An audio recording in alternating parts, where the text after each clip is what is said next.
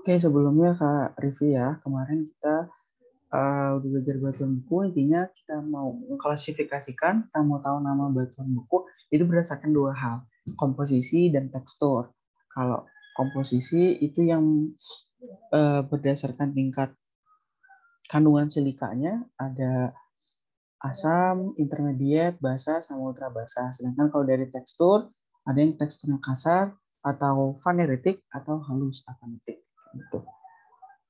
Nah, kemudian untuk ini ada satu klasifikasi namanya klasifikasi IGS.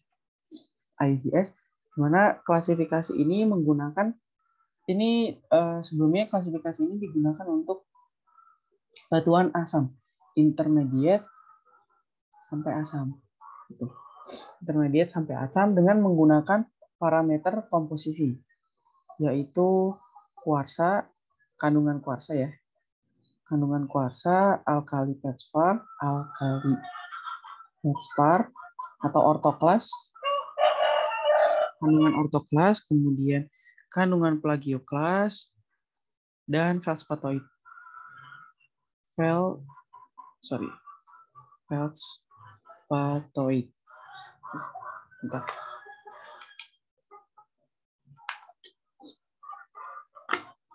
Nah, feldspatoid ini merupakan mineral silikat yang dia termasuk mineral silikat, tapi dia miskin silika, gitu. Jadi kalau magma nih, ketika magma bersifat asam itu kan silikanya banyak nih, kandungan silikanya banyak. Nah itu akan banyak kuarsa. Sedangkan feldspatoid itu mineral silika yang silikanya tuh sedikit, gitu. Silikanya tuh sedikit. Jadi feldspatoid itu merupakan mineral yang berasal dari magma yang miskin silika. Jadi from magma pur silika. Kayak gitu. Tapi bukan berarti dia basa ya. Jadi kan kandungan silikanya sedikit, berarti dia ultra basa atau basa dong. Nggak bisa dibilang gitu. Jadi dia nggak bisa dibilang basa, tapi dia mineral silikat yang kandungan silikatnya tidak pekat seperti kuarsa. Gitu. Jadi kalau magma itu sifatnya dia kayak silikanya, nanti dia akan menghasilkan mineral kuarsa, magma turunannya akan menghasilkan kuarsa, tapi magma yang kandungan silikanya sedikit atau tidak pekat, nanti dia magma turunannya akan menghasilkan mineral feldspatoid. Jadi kuarsa dan feldspatoid tidak akan ditemukan dalam satu batuan yang sama karena beda magma gitu. Beda magma ya nggak mungkin jadi mineral bareng-bareng, itu beda. Nah, untuk di segitiga ini kan di bagian atas ada kuarsa. Di bagian atas ini ada kuarsa, kemudian ada alkali feldspar sebelah kiri, plagioklas sebelah kanan, dan feldspatoid sebelah bawah. Nah, feldspatoid itu sebenarnya jarang ditemukan, jadi lebih dominan banyak kuarsa kan dalam batuan. Sehingga kita hanya perlu fokus di segitiga yang atas aja. Jadi kita hanya fokus di segitiga yang atas, yang bawah nggak usah diperhatiin dulu. Nah, jadi kita fokus ke segitiga yang ini. Dimana di dalamnya ini ada nama-nama batuan ya. Quartz granitoid, ada granit, granodiorit, tonalit, alkali feldspar, quartz sienit, quartz monzonit, monzodiorit. Nah, untuk segitiga yang ini itu dikhususkan untuk plutonic rock atau batuan plutonik ya atau intrusif. Sedangkan yang nanti ada segitiga satu lagi nih, selanjutnya segitiga satu lagi ini untuk volcanic rock atau yang eksklusif ya. Kenapa sih?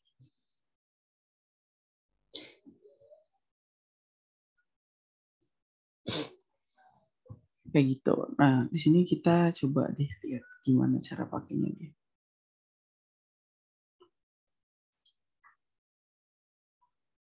Nah, cara menggunakan diagram Turner ini namanya diagram Turner. Jadi ada tiga variabel di sini yang perlu diperhatikan, alkali feldspar, kuarsa, sama plagioklas.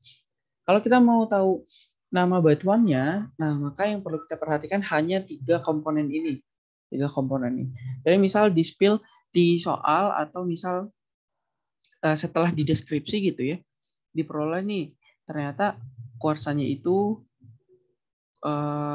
quartznya itu sekitar 50%, alkali feldsparnya sekitar 30%, kemudian plagioklasnya sekitar 20%. Nah, ini totalnya 100 ya. Yang pertama kita akan plotting kuarsanya dulu. Nah, garis kuarsa itu perlu diingat kalau ujung dari kuarsanya ini itu adalah 100%. Ujung dari kuarsa ya. Jadi di puncak sini tuh kuarsa 100%. Nah, karena kita punya di batuan kuarsanya itu 50%, jadi kita taruh garis di tengah-tengah. Di samping-sampingnya nih, ini ada angka ya. Ini 20, berarti 20%, ini ada 5%, 60%, 90%. Jadi kira-kira kuarsa 50% itu ada di sini. 50% kuarsa. Kemudian kita menggunakan perbandingan alkali feldspar dan plagioklas ya untuk garis selanjutnya, ganti warna deh biar kelihatan. Nah, kalian di sini harus dibandingin dulu nilai. Aduh, hapus semua kan. Sorry ya, bentar. Tadi kuarsanya 50%, kemudian plagioklasnya 20%, alkali feldsparnya 30%. Totalnya 100. Tadi garis kuarsanya 50% di sini ya. Kuarsa 50%.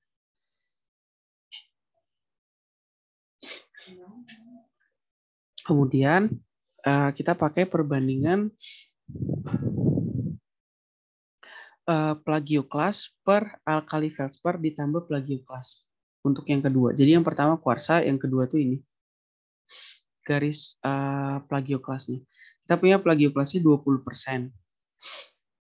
Alkalinya 30, plagioklasnya 20. Jadi 20 per 50 ya, atau sekitar berapa ini 20 per 50 tuh? 40% berarti ya.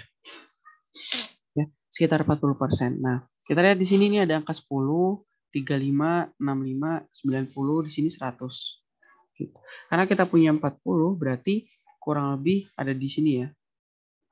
Nah, maka kita tarik garis dari ujung kuarsa sampai ke titik 40% yang ada di sini. Nah, ketemulah dia nama batunya adalah granit. Jadi nama batunya itu perpotongan antara garis kuarsa dengan garis plagioklas per alkali feldspar per plagioklas. Nah, itu cara menggunakan diagram yang IGS ini. Ini kalau misal dikasih tahu dia udah dalam 3 komponen ya. Kalau misal nggak dalam 3 komponen, kalian harus normalisasi dulu. Jadi misal kayak kemarin itu kalau nggak salah ada kuarsanya 40%, itu kan. Alkali feldsparnya juga 40%, kemudian ada plagioklasnya berapa ya? Kemarin itu 10%, kemudian ada muscovite, ya misal 10%, kemudian ada biotit juga 30% gitu. Nah, ini kan jadi ada mineral lain selain mineral kuarsa, plagioklas, sama alkali feldspar kan. Nah, ini kalian harus normalisasi dulu. Gimana caranya normalisasi? Berarti kuarsanya sama dengan 40 per total mereka bertiga. Karena kita hanya mementingkan mereka bertiga aja. 40 mereka bertiga totalnya ada 90. Loh, ini aja udah banyak banget ya. Jangan 40%. 30, 40, 50, berarti ini juga 10%. Nah, berarti ini 20. Berarti kuarsanya kita hitungnya 40 per mereka kalau dijumlah semuanya kan jadi 60 ya. 60 kali 100 sama dengan berapa persen. Kemudian yang alkali feldsparnya 10 per 60 dikali 100 sama dengan berapa persen. Plagioklasnya juga sama karena dia 10 per 60 tuh penjumlahan antara kuarsa, alkali fosfor sama plagioklas ya. Kali 100% sama dengan sekian persen. Nanti ini dijumlah, pasti totalnya harus 100%. Baru kalau udah dapat 100% dari mereka bertiga, masuk ke diagram yang ini buat nentuin garis kuarsa sama garis plagioklas per alkali fosfor tambah plagioklas. Jadi ada 2 garis nanti di sini. Itu cara penggunaan klasifikasi IUGS. Sampai sini ada yang mau ditanyain dulu? Ada yang masih bingung?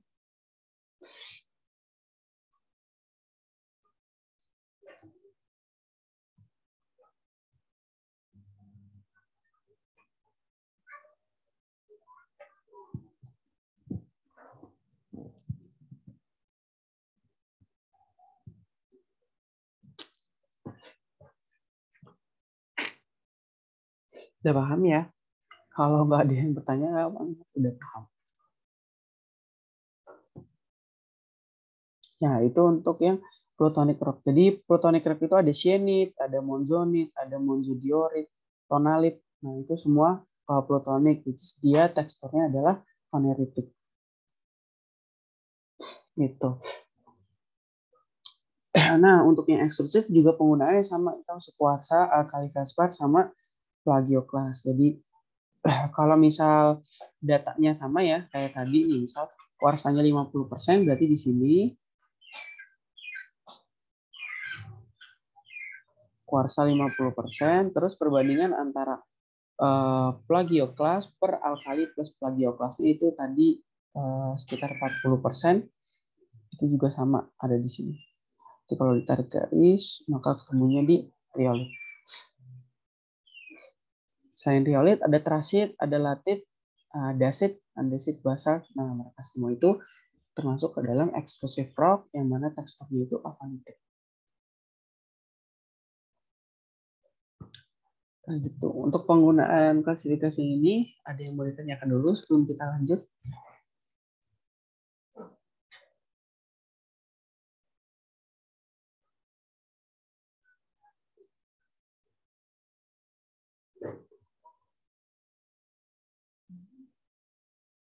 Tapi kalau nggak ada, kita lanjut.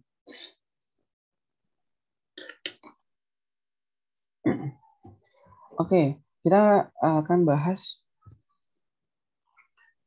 batuan piroklastik gitu ya, atau batuan hasil erupsi gunung api.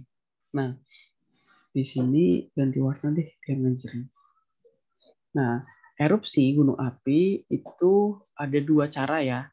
Yang pertama ada yang erupsinya itu efusif, ada yang erupsinya eksplosif. Bedanya apa? Kalau yang efusif itu dia apa ya, material yang keluar tuh material keluar dengan smooth keluarnya. Dia keluarnya tanpa ada ledakan gitu. Kalau eksplosif ini ada ledakan, heboh gitu, meletusnya tuh heboh. Jadi kalau yang efusif itu biasanya keluar magma, lavanya ya. Kalau keluar ke permukaan kan jadi lava. Lavanya hanya mengalir aja. Tapi kalau yang eksplosif dia kemana-mana gitu keluar. Nah ini eksplosif, ini perbedaannya. Nah kenapa bisa? Kenapa bisa yang satu efusif, yang satu eksplosif? Pertama dari magma ya, dari magma. Biasanya yang efusif itu magmanya cair. Kalau dia cair berarti sifatnya basah. Kebalikannya kalau yang eksplosif itu magma basah. Magma asam. Magma yang lebih kental, lebih viskos, ya, yang mana dia itu magmanya berarti sifatnya asam. Selain magma, kemudian ada tekanan ya. Tekanannya rendah, tekanan di dalam dapur magmanya gitu. Kenapa yang ini sampai heboh banget? Karena tekanannya tinggi. Tekanannya tinggi. Kayak gitu. Oke. Nah, untuk yang pertama, erosi yang efusif ini, dia akan menghasilkan lava flow. Tahu ya, contohnya kayak yang di Hawaii, kayak di Iceland. Gitu. Mereka kan magmanya bersifat basah. Tuh. Kalau magma kan dari hotspot. Hotspot tuh dia sifatnya basah magmanya, karena langsung dari mantel. Di Iceland juga, Iceland itu daerah divergensi, di mana magmanya langsung keluar dari mantel juga tanpa ada diferensiasi, sehingga sifat magma itu basah. Jadi ketika keluar, maka dia akan menghasilkan lava flow. Jenisnya yang pertama ada A lava, kalau dia brecciated itu runcing-runcing ya, bagian atas ini kasar, runcing. Kalau yang Pahawai itu dia lebih smooth, lebih halus. Aliran lavanya lebih halus. Kayak gitu. Jadi akan menghasilkan lava flow. Kalau yang eksplosif, dia akan menghasilkan namanya piroklastik. Materi piroklastik. Nah, ini ya hasil. Jadi piroklastik itu fragmented piece of magma atau bagian letusan gunung api yang keluar secara eksplosif. Piroklastik berdasarkan based on geraknya ya, geraknya, movement. Nah, based on movementnya itu yang pertama ada flow, kemudian ada surge, ada fall. Kalau piroklastik yang flow ini kan artinya mengalir ya. Nah, dia itu mengalir di kaki gunung. Jadi sepanjang tubuh gunung, nah dia itu akan mengalir piroklastiknya. Piroklastiknya akan mengalir.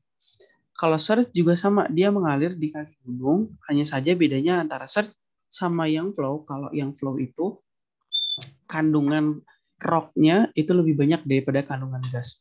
Kalau yang surge gasnya lebih banyak daripada rock. Sehingga kalau kandungan gasnya lebih banyak, itu dia lebih heboh gitu ya, lebih besar kelihatannya karena dia gasnya lebih banyak, jadi lebih mengembung gitu. Dari segi kecepatan flow lebih cepat. Kenapa ya? Karena dia agak rocknya yang banyak, sedangkan surge itu gasnya yang banyak, jadi agak lebih lambat pergerakan. Kemudian untuk piroklastik fall artinya jatuhan ya, jatuhan nih berarti kalau ada erupsi gunung api itu ya, kalau kalian lihat di berita ada erupsi gunung apa gitu. Nah, itu ada kolom erupsinya. Nah, ini yang disebut kolom erupsi ini. Kolom erupsi, nanti si kolom erupsi ini materialnya itu akan dibawa sama angin. Dibawa angin, nah nanti somewhere dia bakal jatuh gitu ya karena gravitasi. Nah, piroklastik yang terbawa angin dan jatuh ini itu disebut piroklastik yang fall. Gitu. Kemudian ada istilah tefa nih. Tefa ini adalah material piroklastik yang jatuh ke permukaan. Pokoknya semua material piroklastik yang jatuh ke permukaan itu disebut tefa. Kayak gitu. Itu berdasarkan movementnya. Kemudian kalau misal kita klasifikasikan batuan piroklastik berdasarkan ukurannya gitu ya. Ukuran kan dibagi menjadi 3. Yang pertama yang lebih dari 64, kemudian lapil ini 64 sampai 2 mm, kemudian yang kurang dari 2. Yang lebih dari 64 itu yang besar namanya blok kalau dia runcing, kemudian dia bom kalau dia round. Rounded tuh materialnya ya. Ini contohnya bom ini dia rounded. Apa namanya, Bu? Kalau ukuran 64 sampai 2 mili itu namanya lapili. Yang ini kalau kurang dari 2 itu namanya ash. Jadi bisa dibagi lagi yang fine sama yang coarse.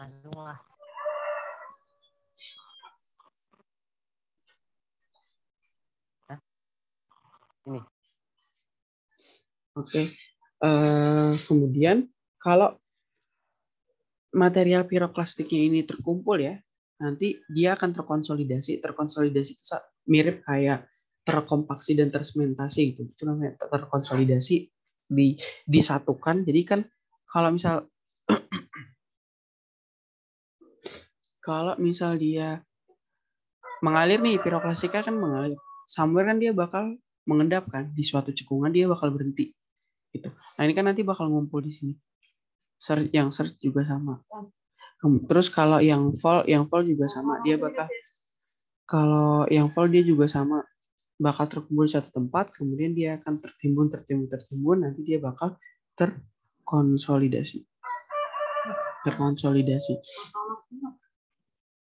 Kemudian kalau terkonsolidasi dia bakal jadi batuan piroklastik ya. Kalau penyusunnya blok, dia akan menjadi piroklastik breksi.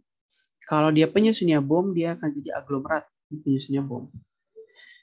Kalau dia lapili, namanya lapiliston atau batu lapili. Kalau dia ash, dia bakal jadi tuff. Ini beda ya. Yang ini nama material piroklastiknya, yang ini nama piroklastik rock ya, atau batuan piroklastik. Kayak gitu. Kemudian bisa juga pakai klasifikasi Fisher tahun 1966 untuk klasifikasi batuan piroklastik. Nah, ini sama diagram Turner namanya ya, sama kayak yang tadi.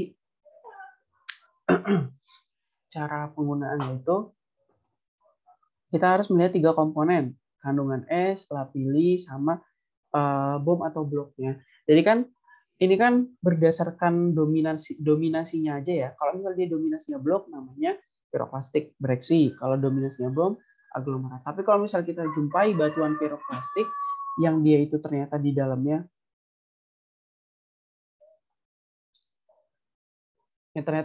itu ada sekian persen lapili, sekian persen es, sekian persen blok dan bom, maka kita akan lagi di sini. Gitu. Dan nanti kalau dia ada di tengah-tengah, ada semuanya gitu ya, namanya tuff breksi. Kemudian kalau dominan lapili sama es, itu namanya lapili tuff. Kalau dominan es aja itu dia berarti namanya tuff, dominan lapili berarti lapili stone, dan seterusnya. Oke, kita udah sampai baru batuan pun, perjalanannya baru sampai sini. Sebelum kita lanjut ke sedimen, ada yang mau ditanyakan dulu? Silahkan.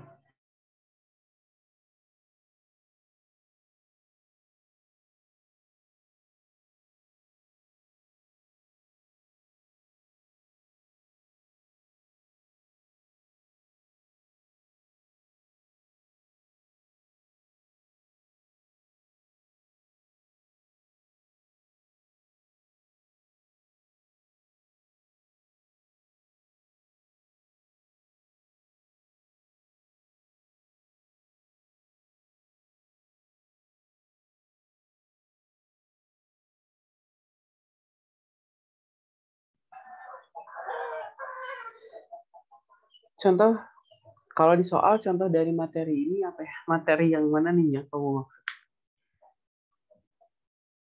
Ya, ada yang tanya nih, contoh soal dari materi ini. Maksudnya materi batuanku atau piroklastik atau semuanya tentang petrologi.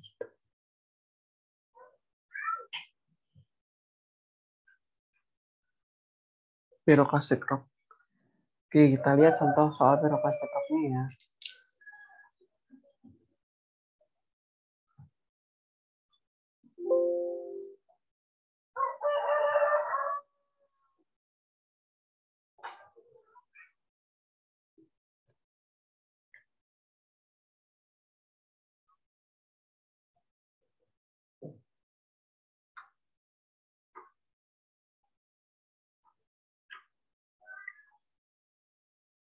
Ini contohnya nomor 14.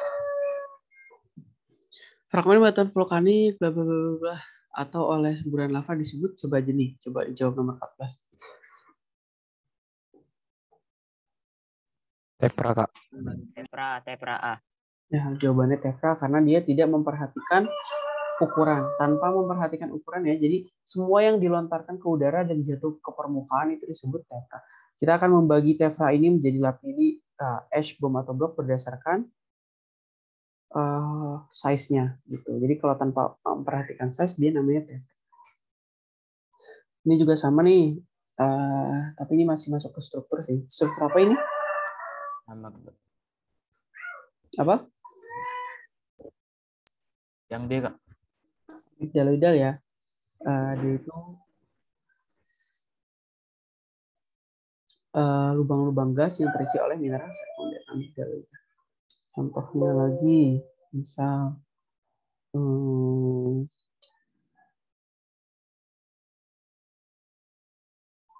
ini nomor 40.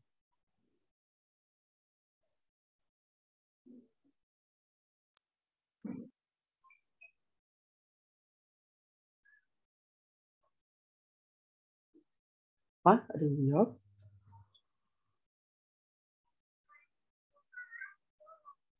C, Kak. Lah pilih.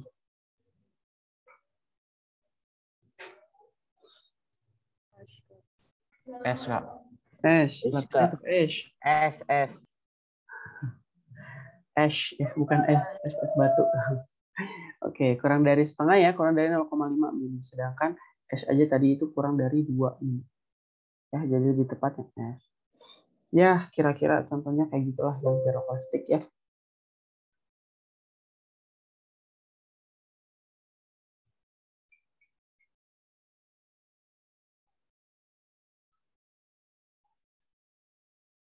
Oke. Apakah suhu magma atau letak magma mempengaruhi jenis batuan yang dihasilkan?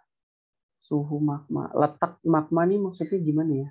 Letak magma itu maksudnya di bagian atas atau di bagian dalam gitu mungkin ya. Dari eh, suatu tubuh settingan gunung api mungkin. Jadi kalau misalnya taruh nih, misalnya sini dapur magmanya di bawah gitu. Nah, tadi ditanya apa soal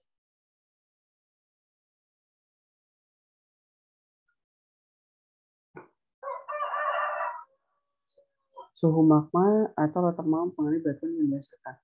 Suhu sama letak. Oke. Kemarin kan kita tahu bahwa terjadi diferensiasi kan, terjadi diferensiasi magma yang menghasilkan magma turunannya. Magma turunan itu ini, magma turunan. Kalau yang ini disebut primitif magma. Akan mengalami perbedaan sifat, di mana di sini akan lebih more felsic, kemudian yang di sini akan lebih mafic sampai ultramafic gitu ya. Maka dari sini kita bisa membayangkan bahwa berdasarkan letaknya batuan yang terbentuk, kalau dia jauh di dalam permukaan gitu ya, jauh plutonik di bawah banget, dia akan lebih mafic sifat batuan yang dihasilkan. Kalau yang di dekat permukaan dia akan lebih felsic. Sama juga dengan suhu, karena suhu kan di bagian sini dia lebih tinggi kan. Kalau dia rendah. Jadi semakin rendah, produk yang dihasilkan itu akan semakin bersifat asam. Kayak gitu ya. Suhu tinggi dan dalam itu dia akan menghasilkan yang mafik, sedangkan yang suhu rendah dan lebih dangkal itu akan menghasilkan batu yang lebih asam. Kayak gitu. Kemudian tentang IGS yang tadi, biasanya soalnya tuh ngasih tahu itu intrusif atau ekstrusif. Biasanya dikasih tahu. Karena kita nggak bakalan tahu kita pakai segitiga yang mana kalau kita nggak tahu batunya intrusif atau ekstrusif. Dikasih tahu, tapi bukan dia mungkin ya, bukan batu dia intrusif atau ekstrusif, tapi teksturnya vaneritik atau avanitik. Nah, itu bisa menyimpul kita dari data tekstur itu juga bisa disimpulkan dia batuannya intrusif atau ekstrusif. Kayak izin tanya contoh soal tentang klasifikasi plutonic rock.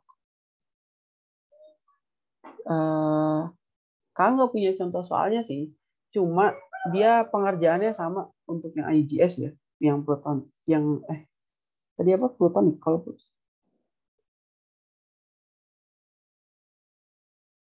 contoh soal tentang klasifikasi plutonic rock. Oke.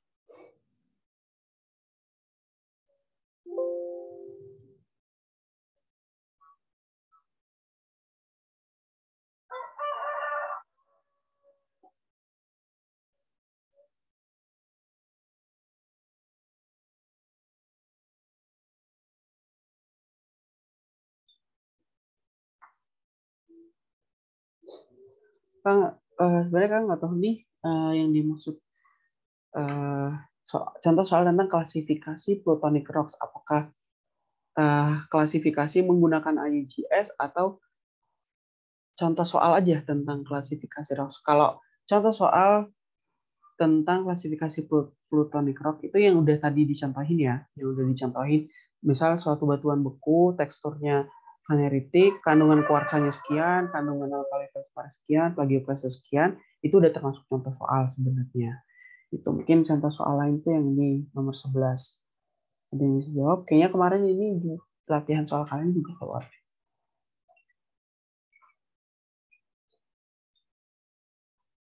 E. Ya, jadi Kalau kalian tahunya mungkin cuma granit sama gabbro, sienit sama monzonit ini tadi ada di segitiga yang untuk bagian plutonik ya. Jadi dia teksturnya itu faneritik. Gitu. Kalau trasit, latit, nih ya, latit sama trasit dia masuknya ke yang ekstrusif, yang teksturnya itu afanitik. Dari klasifikasi yang IUGS yang tadi gitu. Jadi ada beberapa batuan yang granodiorit juga nih yang kita yang mungkin kalian belum familiar gitu. Coba nanti kalian lihat ya.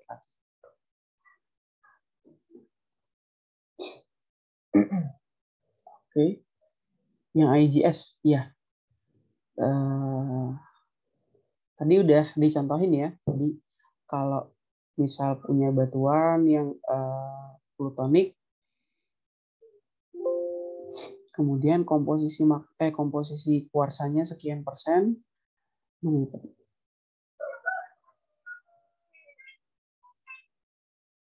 komposisi kuarsanya kan tadi yang contoh itu dia 40%, kemudian komposisi alkali feldspatnya 40% gitu.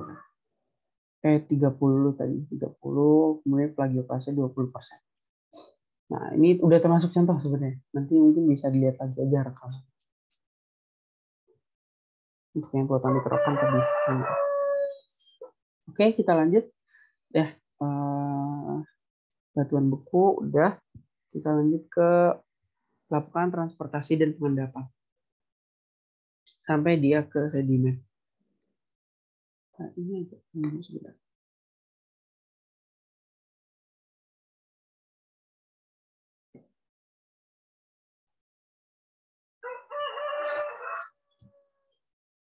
Oke, sedimen gitu ya, berdasarkan proses terjadinya atau proses terbentuknya sedimen gitu ya, itu ada dua, klastik sama non klastik. Yang perlu dinotis adalah klastik.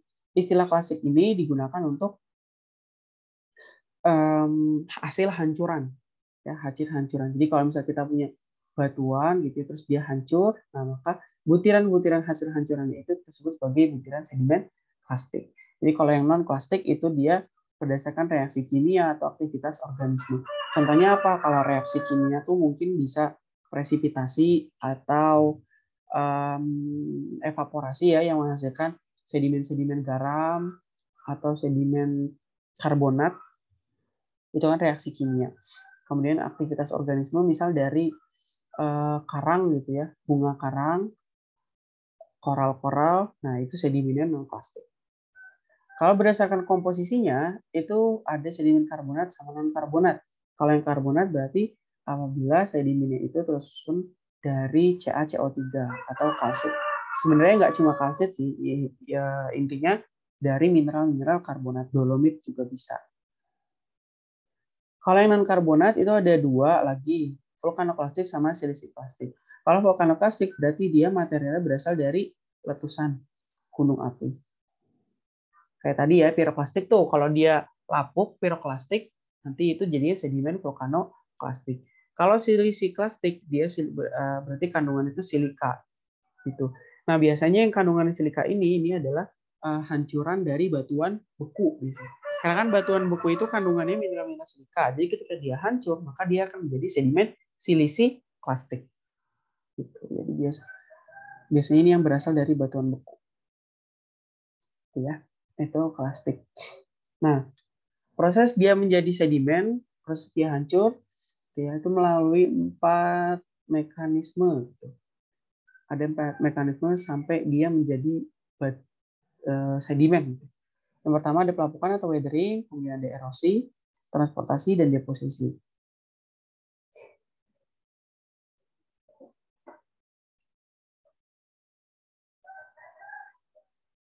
Kita ke pelapukan dulu atau weathering.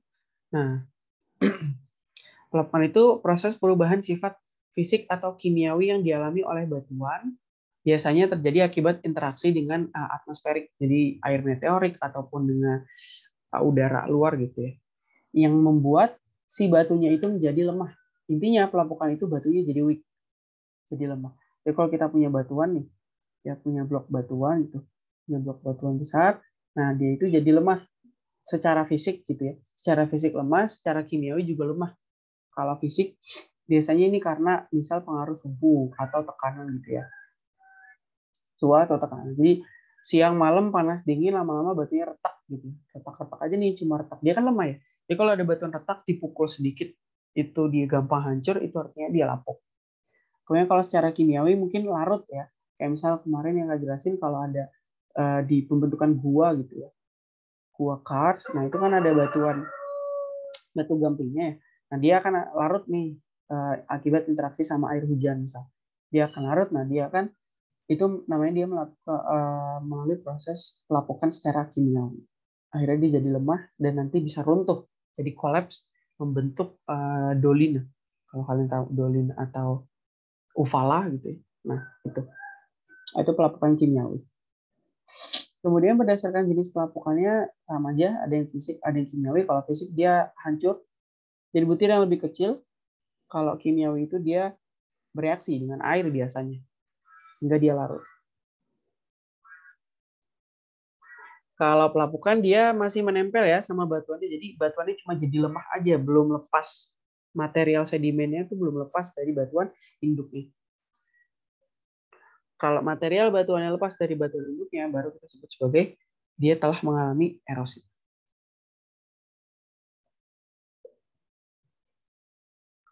Oke, ini contoh pelapukan fisika.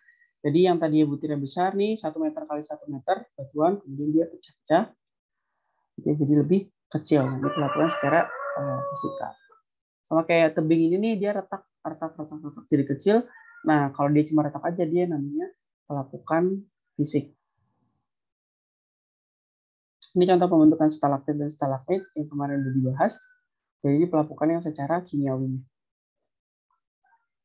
Nanti kalau hasil retakan ini dia runtuh, kemudian ini ya terpisah dari batuan induknya, nah ini namanya dia udah mengalami erosi. Nanti kalau dia ini pergi gitu ya, pergi dari tempatnya, terpisah dari batuan induknya, baru dia mengalami transportasi.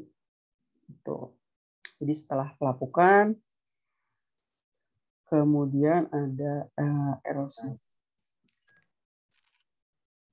Maka pelapukan terjadi oleh adanya, ada yang nanya ini, Kak, pelapukan terjadi oleh adanya apa? Tadi kalau pelapukan fisik itu bisa karena suhu atau tekanan ya. Suhu tuh jadi tadi nih misal dia kena panas, kena dingin, dia lama-lama retak. Atau terkena tekanan gitu ya, ditimpa beban gitu. Misal apa ya? Contohnya kalau ditimpa beban itu mungkin ada batuan lain yang jatuh di atasnya gitu, atau dilewati oleh sesuatu yang besar, oleh massa yang besar, dia bisa retak. Lama-lama jadi kecil kan kalau udah retak. Itu fisik. Kalau kimiawi oleh adanya apa ya tadi? Karena adanya air. Jadi kalau dia udah lepas, dia mengalami erosi. Nah, siapa yang melepas gitu? Siapa yang nyongkel dari batunya? Dari batuan induk. Bisa air, bisa gelombang gitu kan. Kalau erosi oleh gelombang laut namanya abrasi. Kalau erosi oleh angin bertiup namanya deflasi. Bukan deflasi lawannya inflasi, ya lain deflasi sama inflasi. Deflasi dalam konteks inflasi ekonomi beda. Karena ada gletser. Ya. Nah, yang dia lepas dari batuan induknya tererosi, kemudian kalau hasil erosinya terbawa oleh air ataupun angin ataupun gletser atau gas gunung api, pindah dari batuan induknya ke tempat lain, itu namanya dia mengalami transportasi. Sampai mana dia akan tertransport? Nah, sampai energinya melemah. Jadi mentransportasikan sedimen itu butuh energi ya. Energinya dari mana? Ya energi si airnya itu. Energi si anginnya, energi gletsernya kayak gitu. Dia akan berhenti kalau energinya sudah berkurang atau melemah atau habis. Setelah energinya habis, maka sedimennya akan terendapkan.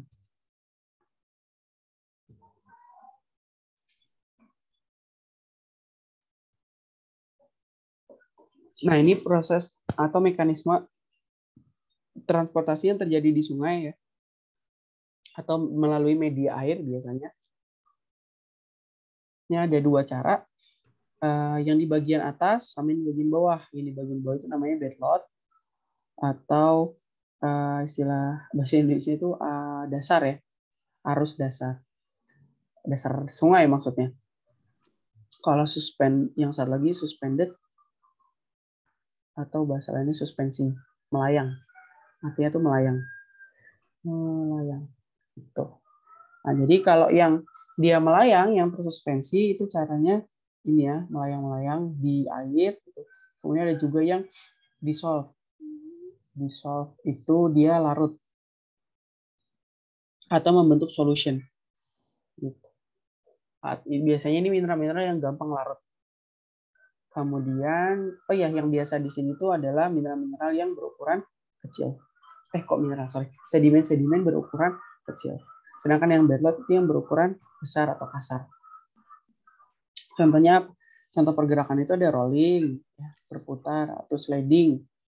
Kemudian ada yang saltasi, ya, saltation, itu dia lompat-lompat.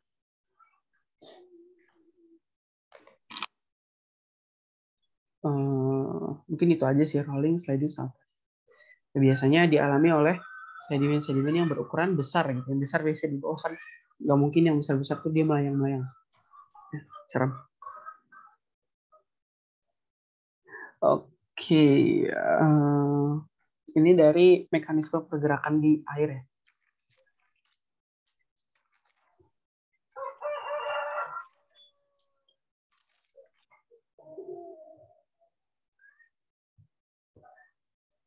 Nah, kalau kita hubungkan antara jarak transport ya, jarak transport dengan sedimen yang dibawa produk sedimennya itu dia punya beberapa ciri khas. Jadi kalau misalnya kita punya di sini mountain atau gunung ya, dia itu sebagai sumber sedimen. Saya batuan beku kan di sini banyak. Gitu. Sama di sini pantainya atau biasa kita lihat. Ini kita sebut sebagai hulu.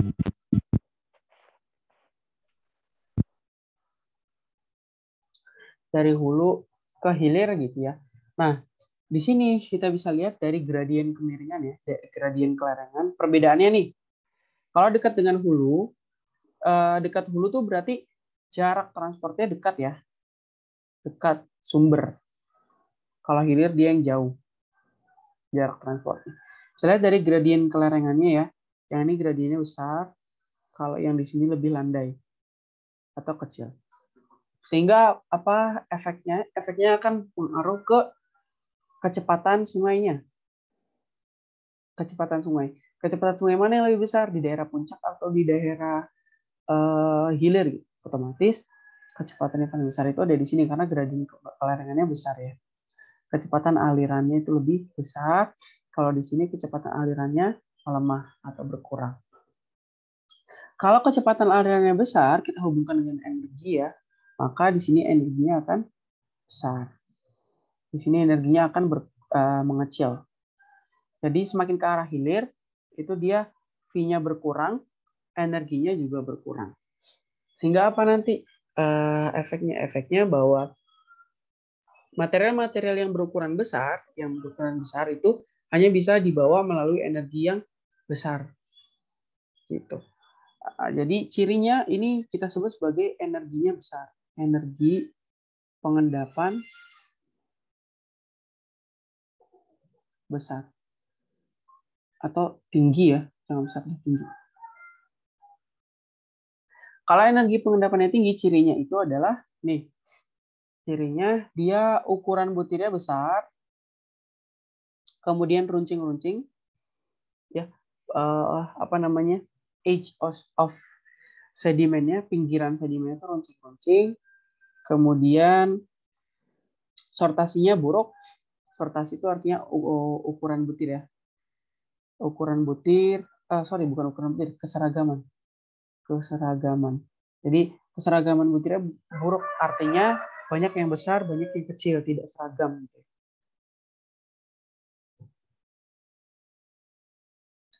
Kemudian komposisinya itu kaya akan mineral mafic atau mineral basa dan plasma. Kenapa? Karena dia mineral-mineral yang tidak tahan terhadap pelapukan atau tidak resisten. Sehingga dia hanya banyak ditemukan di daerah gunung. Kayak gitu. Sedangkan kebalikannya, semakin jauh energinya semakin berkurang, jadi di sini kita sebut sebagai energi pengendapan yang lebih rendah. Nanti produknya itu ukurannya jadi lebih kecil, kemudian lebih rounded, butir sedimennya, sortasinya baik nih, jadi sisa yang kecil-kecil. Jadi kalau kecil-kecil semua kan dia artinya seragam. Misalnya dia itu kuarsa. Banyaknya mineral komposisinya itu kuarsa. Kenapa? Karena kuarsa itu dia resisten. Karena dia resisten, jadi dia bisa bertahan sampai jauh gitu ya. Sedangkan semineral mafic ini belum sampai jauh dia udah hilang. Hilang tuh dalam artinya lapuk oleh kimiawi, hancur sampai dia nggak kelihatan lagi. Kalau kuarsa dia resisten. Gitu ya, makanya kita kalau kalian pernah jalan-jalan ke puncak, gitu ya, ke gunung, terus lihat sungai, itu biasanya sungainya tuh alirannya deras, kemudian ada bongkahan-bongkahan sedimen yang besar di sungainya dan warnanya gelap biasanya. Tapi kalau kalian main ke pantai, gitu ya, ke pantai itu kan butir sedimennya kecil-kecil, halus-halus kan, seragam, halus-halus semua. Kemudian warnanya cerah karena banyak kuarsanya. Kayak gitu. Nah, ini tadi ya, semakin jauh transportasinya dia akan semakin lambat dan akan semakin well sort, artinya sortasinya baik, seragam ukurannya. Gitu, semakin jauh jarak transport.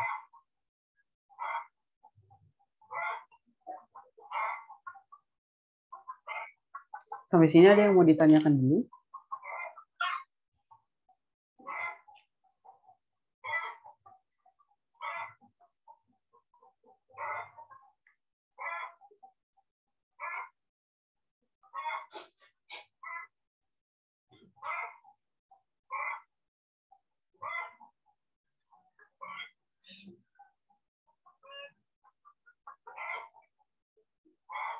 Oke, kalau belum ada, oh ini pertanyaannya. Gletser tadi itu apa? Gletser itu es, ya, es di kutub nih, ya.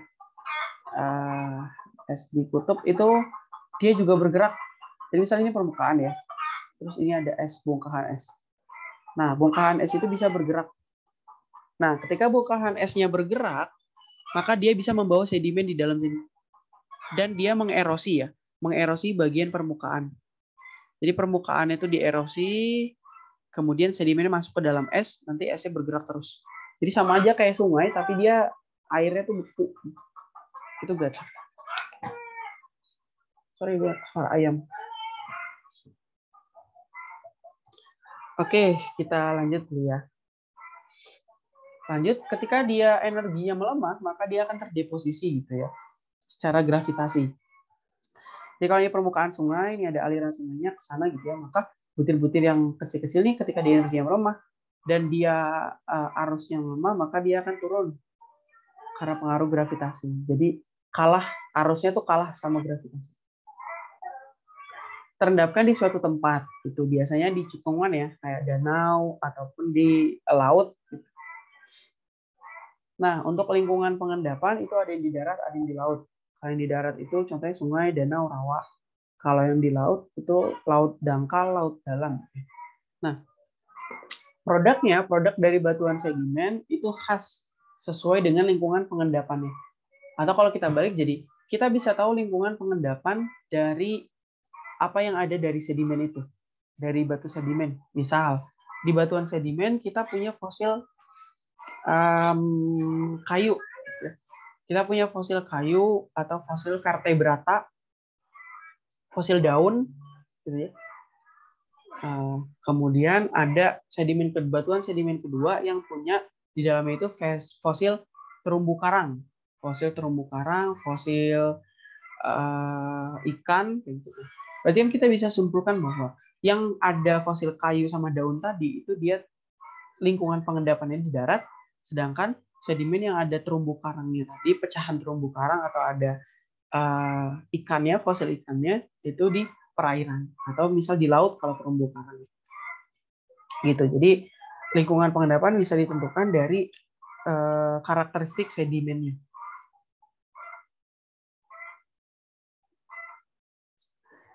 Nah, setelah dia terendapkan di suatu cekungan, sedimennya terendapkan nih, ini ada suplai sedimen masuk ke dalam sedimen sini, maka dia lama-lama numpuk akan mengalami yang namanya litifikasi. Dimana litifikasi ini ada dua proses utama yang terjadi, yaitu kompaksi dan sementasi. Litifikasi atau nama lainnya diagenesis atau perubahan ya, pembatuan dari sedimen menjadi batuan sedimen. Untuk yang kompaksi ini dinamakan juga pembebanan.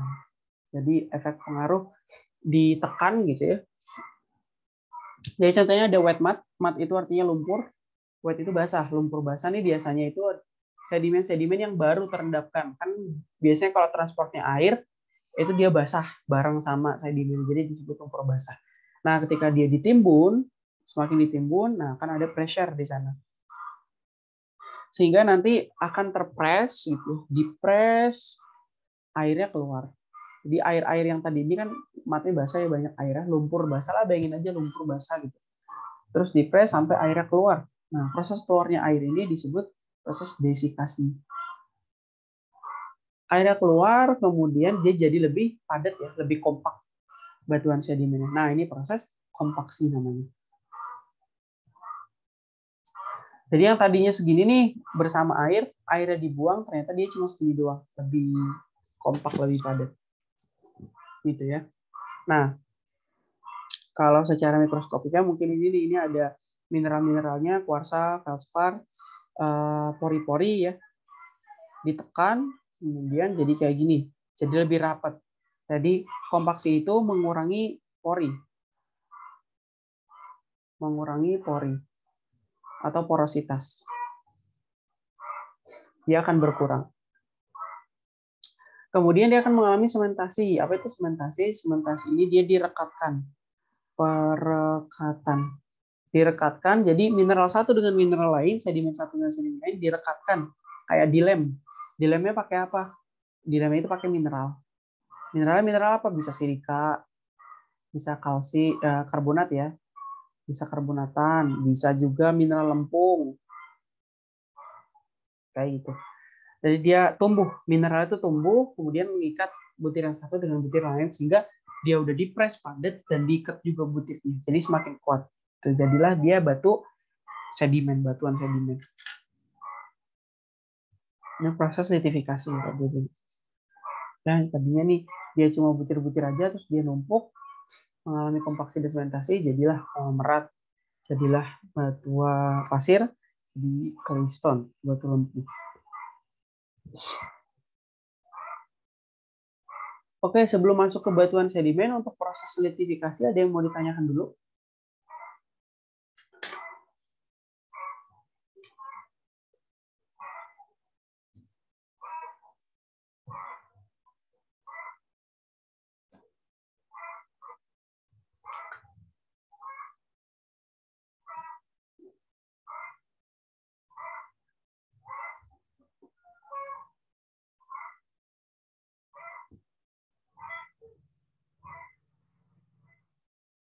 Tidak ada, kalau tidak ada kita lanjut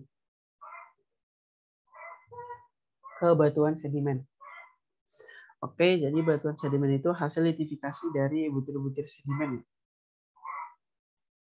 Kalau sedimennya itu berasal dari sedimen plastik, nanti disebut batuan sedimen plastik. Jadi ada juga batuan sedimen non-plastik berdasarkan sedimennya. Apakah sedimennya itu sedimen penyusunnya plastik atau non-plastik.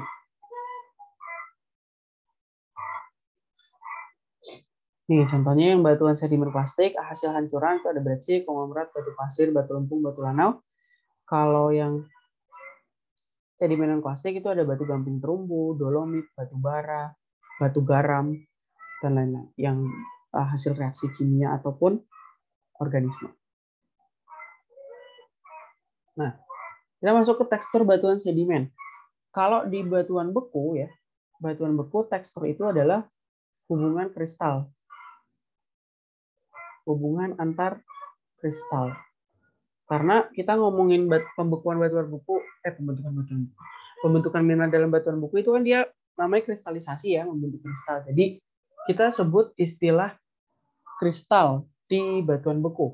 Sedangkan di batuan sedimen, karena dia dari sedimen, kita sebutnya butir. Jadi kalau di tekstur di batuan sedimen itu hubungan antar butir.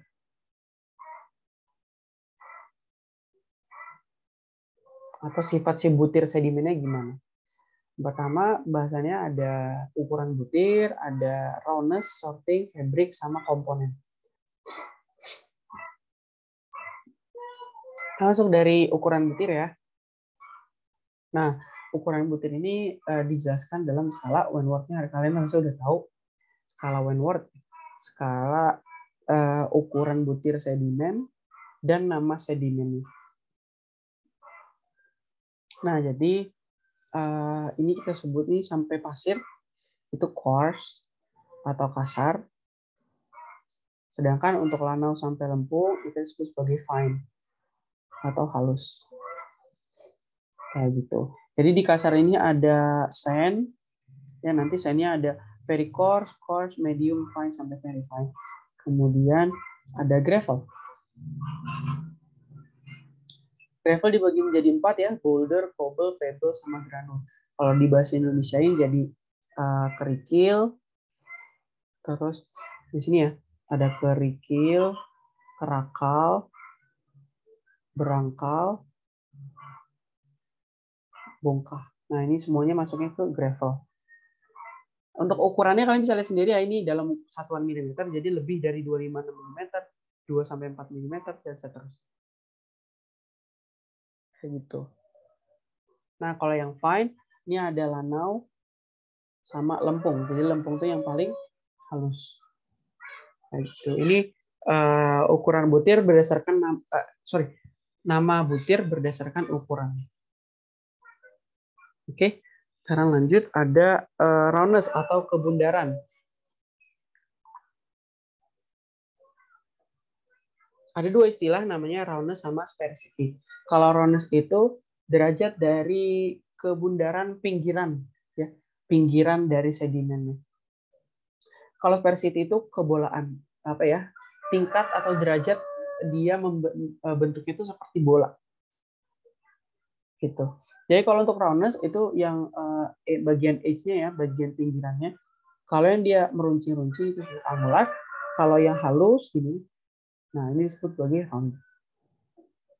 Tapi kalau sphericity itu berdasarkan tingkat kebolaannya. Jadi ada yang high, ada yang low. Kalau high sphericity berarti dia mirip bola. Bentuknya ya, lihat nih. Bentuknya bola, proporsional bola lah. Kalau yang low itu dia nggak proporsional bola, jadi lonjong-lonjong kayak gini. Besar. Nah ini kan dia nggak mirip bola, jadi dia disebutnya low sphericity.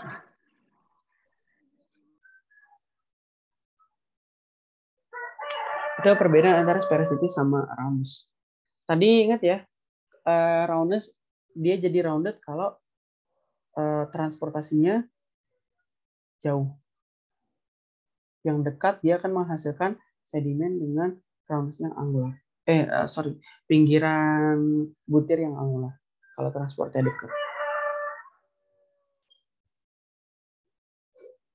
Nah, ini ada dua contoh sedimen. Mana yang angular, mana yang rounded. Kira-kira yang lebih rounded itu sedimen yang sebelah kiri atau sebelah kanan? Yang lebih round. Kanan. Kanan ya. Ini kelihatan lebih bulat-bulat. Oke, betul. Ini lebih menyudut. Ini ada sudut-sudutnya nih. Kalau kalian perhatiin lebih detail, ini ada sudut-sudut.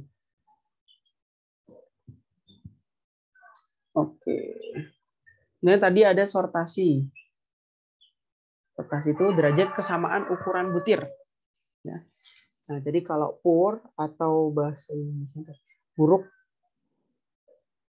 nah dia itu ya udah tidak seragam berarti. Tidak seragam ukuran butirnya. Kalau yang well sorted atau dia sortasinya baik, maka dia seragam ukurannya. Sama ini juga tadi dipengaruhi sama jarak transport ya. Semakin dia jauh jarak transportnya, maka dia akan semakin seragam. Kemudian fabric itu bahasanya kemas. Di kemas ada dua. Oh ya, kemas itu adalah kontak antar butir. Antara antar butir ada dua. Yang pertama ada kemasnya terbuka, ada kemasnya tertutup. Kalau yang terbuka itu berarti dia kontak antar butirnya tidak saling bersentuhan. Contohnya ini. Lihat ya, dia nggak saling senggol-senggolan, dia saling terlihat seperti floating, mengambang. Jadi nggak saling kontak butirnya. Kalau yang closed fabric itu yang tertutup, nah dia yang saling bersentuhan. Jadi butirnya nyenggol-nyenggol butir yang lain. Nah biasanya yang open fabric ini dia kelihatan ya, ini sortasinya buruk atau baik yang open fabric?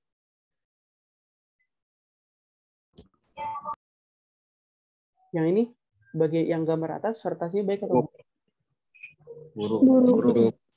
Buruk ya, karena ada yang besar, ada yang kecil gitu.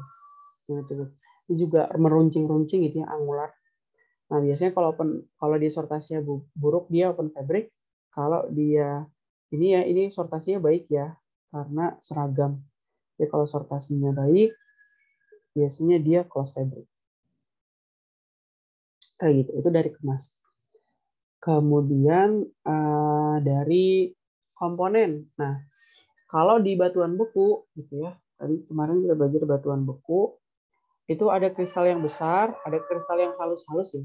Kalau kristal yang besar namanya phenocryst, kalau kristal yang halus namanya massa dasar.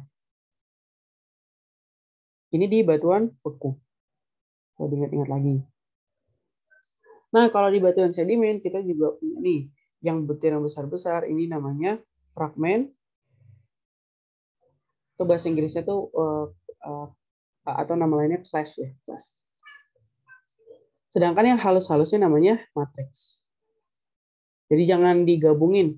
Kalau phenocryst dan massa dasar untuk batuan beku, kalau fragmen dan matriks untuk batuan sedimen. Nah, kemudian ada juga semen ya. Tadi semen itu kan ya biasanya dia kotak antar butir tuh, dia diikat sama semen. Jadi biasanya semen itu ada jadi dekat-dekat butir, pinggiran-pinggiran butir. Kayak gitu. Kemudian selain itu ada pori-pori juga yang terisi oleh udara atau bisa diisi oleh air atau minyak gitu ya. Pori-pori. Nah, di gambar yang bawah ini ada gambaran dominan fragmen, dia poin kontak atau kemasnya tertutup. Ada juga yang matrix supported atau dominan matrix, tapi dia no kontak gitu atau floating yang tadi terbuka kemasnya.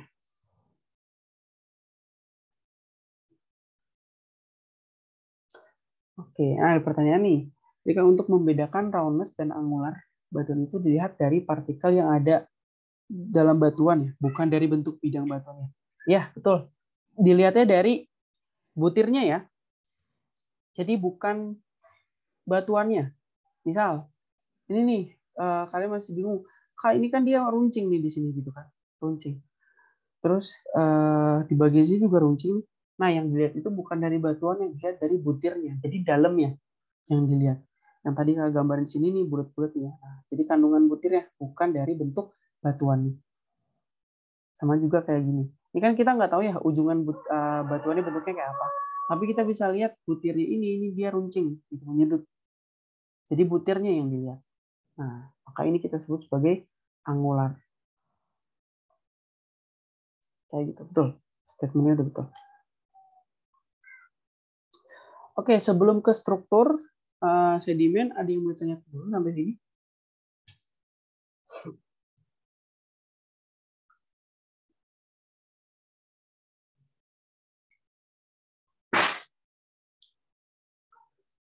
Oke, kalau ada nanti langsung tanyain aja ya.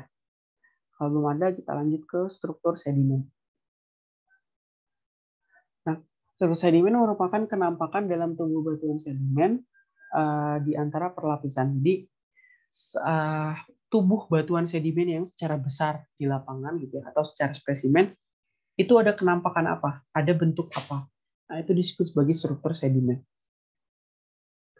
Struktur sedimen bagi menjadi 4, ada struktur erosi, struktur saat pengendapan atau sin deposition, pasca pengendapan, post deposition, dan struktur yang biogenik. Bentar.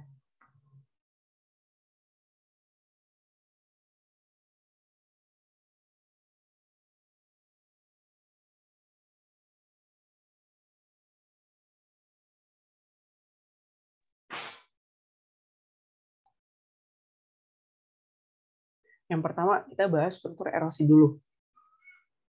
Nah, struktur erosi itu terbentuk karena proses erosi oleh sedimen. Jadi sedimen tererosi oleh sedimen. Itu akan membentuk struktur erosi atau tererosi oleh aliran fluida. Misal di sini kita punya dasar sungai ya. Kita punya dasar sungai. Nah, kemudian butir-butir yang lewat ini atau fluidanya lewat gitu ya. Nah, ini akan menggores ya, menggores bagian dasar sungainya sehingga bagian dasar ini akan memiliki bentuk-bentuk seperti ini. Ya. Ada yang flood cast, ada yang bounce mark, ada yang tools mark, ada yang groove cast. Nah, jadi kayak digerus gitu ya. Bagian dasarnya itu digerus sehingga ada bentukan-bentukan tertentu yang disebut sebagai struktur erosi. Contohnya tadi ada flood cast structure. Flood cast ini jadi terbentuk gini. Misalnya ini dasar sungai ya. Ini dasar sungai. Kemudian nih butir lewat-lewat nih di sini. Gitu. Arusnya kenceng, arusnya kecepatannya tinggi gitu ya. Maka energinya juga tinggi. Jadi somehow nanti dia akan menggerus bagian bawahnya. Menggerus, lama-lama nanti bentuknya kayak gini. Ya, jadi bentuknya kayak gini, arah alirannya kita tahu ke sana sehingga ketika dia terbalik, lapisannya terbalik gitu ya karena tektonik, nanti dia muncul ke permukaan seperti ada jendulan kayak gini. Nah, ini kan ada jendulannya nih, ya kan? Nah, ini flood cast. Nah, dari flood cast ini kita bisa menentukan arah aliran atau biasanya disebut arah aliran purba. Itu maksudnya arah aliran sungai pada saat sedimen itu terbentuk. Gitu.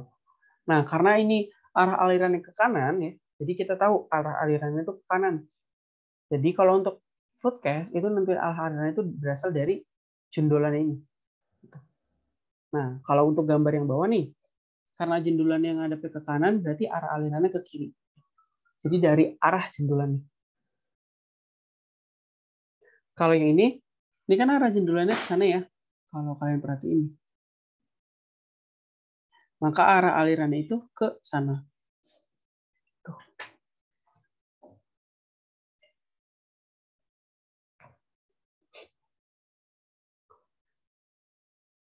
Ini ada struktur groove cast juga. Groove cast itu kalau groove cast dia lurus-lurus ya. Lebih lurus-lurus erosinya, struktur erosinya. Kayak gitu. Itu struktur akibat erosi. Kemudian struktur pada saat pengendapan terjadi. Jadi pada saat sedimennya masuk ke dalam cekungan, itu dia membentuk struktur apa? Yang pertama ada gradasi atau graded bedding. Gitu. Kalau normalnya kan kita punya cekungan, gitu pasti yang butir besar itu jatuh duluan kan. Butir besar itu ada di bawah. Lama-lama semakin ke atas itu semakin mengecil, menghalus, atau disebut juga menghalus ke atas.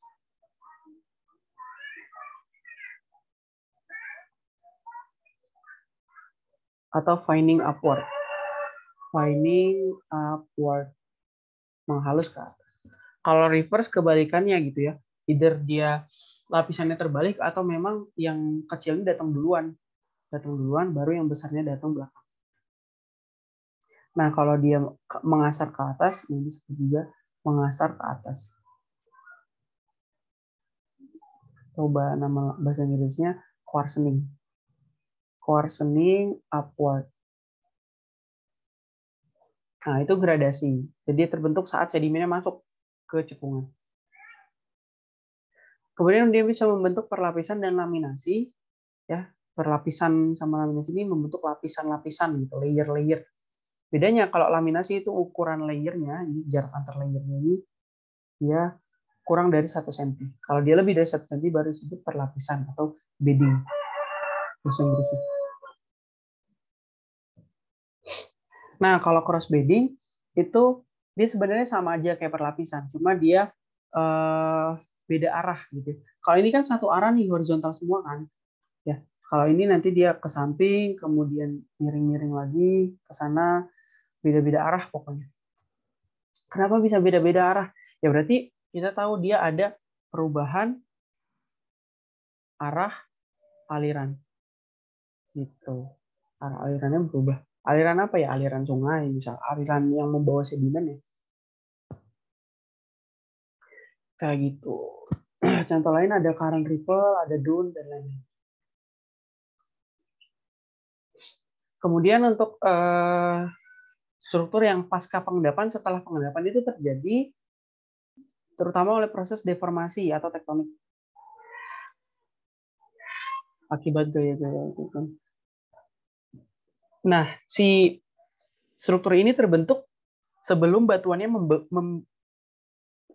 bukan membeku, membatu secara sempurna gitu ya. Jadi masih lembek.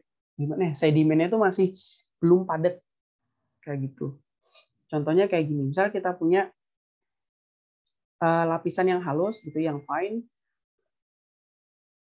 apa namanya?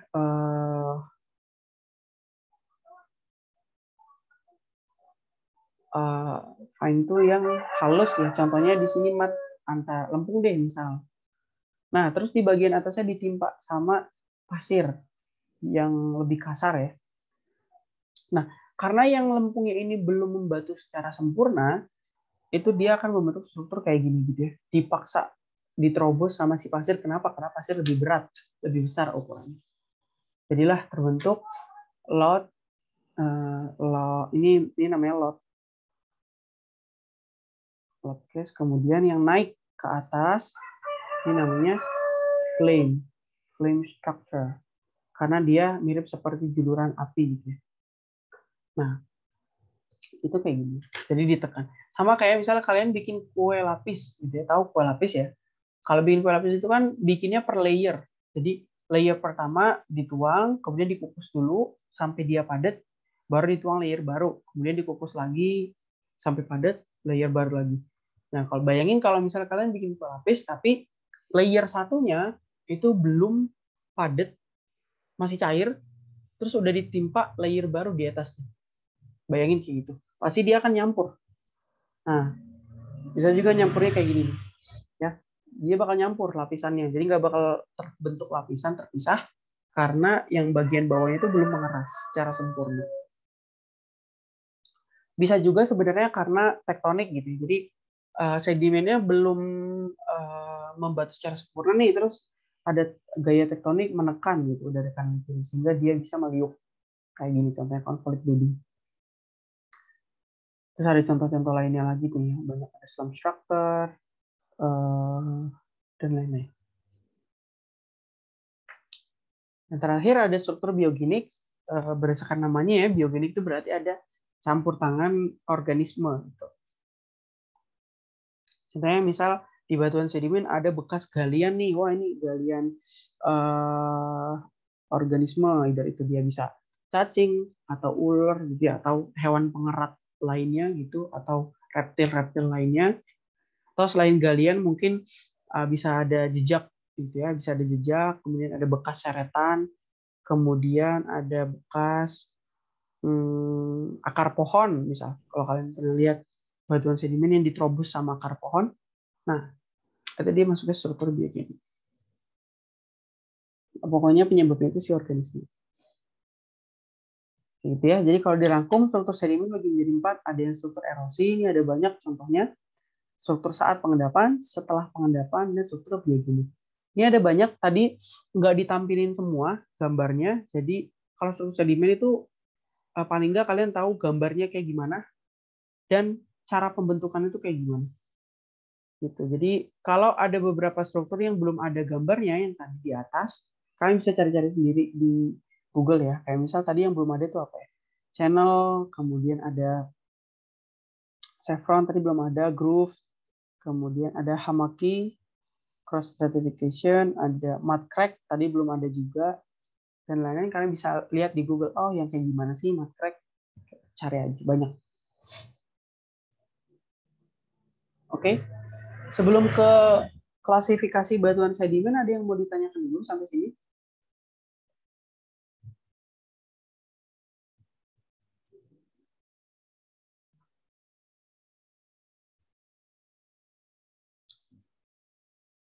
Belum ada. Kalau ada yang mau ditanya langsung chat aja ya, nanti Kak baca chatnya. Kalau misal malu ngomong. Kita lanjut dulu ke klasifikasi batuan sedimen.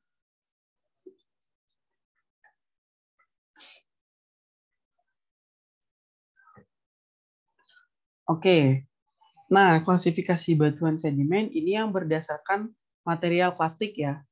Hancuran dari material yang hancuran dari batuan yang udah ada sebelumnya.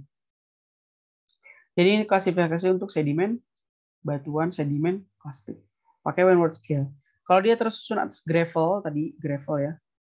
Kalau dia clash-nya itu, butirnya itu membundar atau randet, namanya konglomerat. Kalau butirnya itu meruncing, namanya breksi. Jadi bisa konglomerat, bisa breksi, tergantung bentuk butirnya. Kalau pasir, dia namanya batu pasir. Kalau silt namanya siltstone atau batu lanau. Kalau clay namanya claystone atau batu lempung. Kadang yang fine ini, yang halus ini itu sulit dibedain. Jadi kalau kita ke lapangan, itu kita pakai komparator butir namanya. Untuk menentukan dia ukuran butir yang mana. Tapi terkadang sulit membedakan silt sama clay karena sudah terlalu halus. Jadi kalau bingung atau misal campuran ya, ini ada clay-nya, ada siltnya gitu sama-sama halus, maka disebut sebagai mudstone. Mudstone itu batu lumpur, jadi pokoknya dia adalah batuan sedimen plastik yang halus gitu aja. Oke, kemudian ini juga sama, kalau ini pakai diagram Turner ya, segitiga. Ini ada hubungannya, itu ada gravel, ada sand, sama mud. Jadi kalau misal mud itu yang antara clay sama silt ya. Jadi kalau misal ini ada sampel batuan sedimen nih, gravelnya sekian persen, sandnya sekian persen, mudnya sekian persen, kita bisa pakai diagram segitiga yang ini. Sama caranya, kayak yang IGS tadi. Gitu. Kemudian ada juga klasifikasi untuk batu pasir yang ini. Khusus untuk batu pasir itu dibagi-bagi lagi. Nah, ini berdasarkan klasifikasi Petitjohn tahun 1975. Nah, ini dibatasin ya, biar lihat enak. Nah, di sini klasifikasi Petitjohn itu ada tiga. Di sini ada tiga segitiga ya. Kalau yang sebelah kiri ini kan segitiganya cuma satu.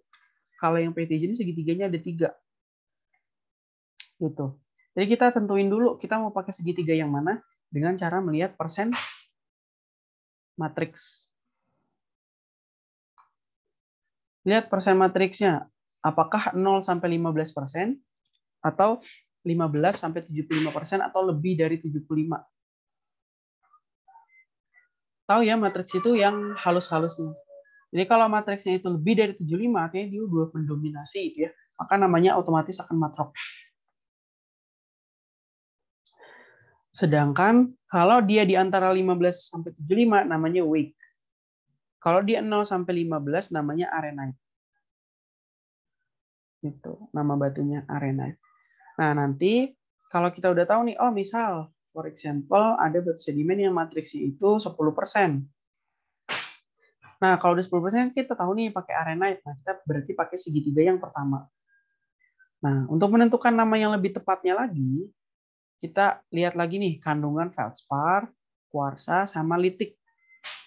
Litik itu pecahan batuan ya. Litik itu pecahan batuan. Jadi nanti, oh ternyata matriksnya 10%, kemudian kandungan kuarsanya 50%, kemudian kandungan feldsparnya 10%, kandungan litiknya 20%. Ya udah nanti tinggal ditentuin apakah dia arkosik arenite, litik arenite, atau quartz arenite. Gitu. Misal karena ini dominan kuarsa, oh berarti dia quartz arenite. Gitu. Lebih tepatnya ya, tapi arenite itu udah betul. Terus kalau yang wake juga sama, oh ternyata dia matriksnya itu 30%, berarti kan masuknya di wake. Masuknya di wake, kemudian kalian tinggal tentuin dia dominannya apa, litik. Kalau dominan litik berarti litik wake. Kalau dominan quartz berarti quartz wake. Kalau dominan feldspar berarti feldspatic wake.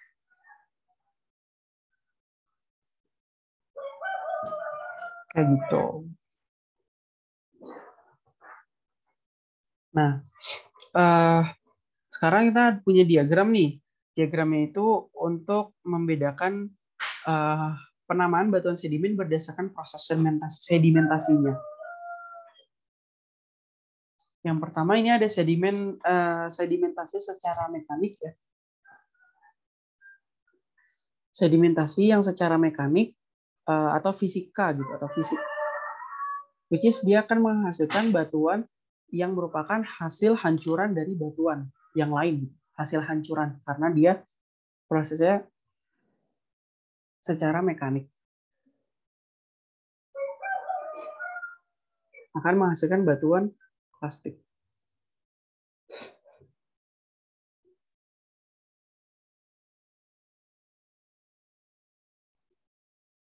Tadi untuk klasifikasi batuan plastik kita pakai yang Wentworth ya.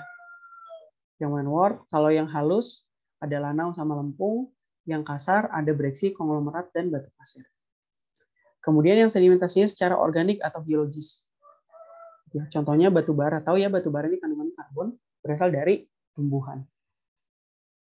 Karbonan. Jadi ini karbonan. Kalau yang silika nih Si dia contohnya radiolaria dan diatom. Radiolaria sama diatom ini ya mirip dia plankton lah ya. Plankton organisme laut gitu. Yang kandungannya silika. Kemudian sedimentasi kimia. Secara kimiawi, ini secara evaporasi ya, ada halit, anhidrit, gipsum, bisa juga rijang. Kalau rijang itu kandungannya silika. Kayak gitu. Nah, untuk di tengahnya ini ada batuan karbonat, sedimen karbonat. Kalau sedimen karbonat itu terbentuk secara sedimentasi mekanik atau fisika, maka disebut batu gamping klastik. Nanti batu gamping klastik ini klasifikasinya menggunakan klasifikasi Grabau.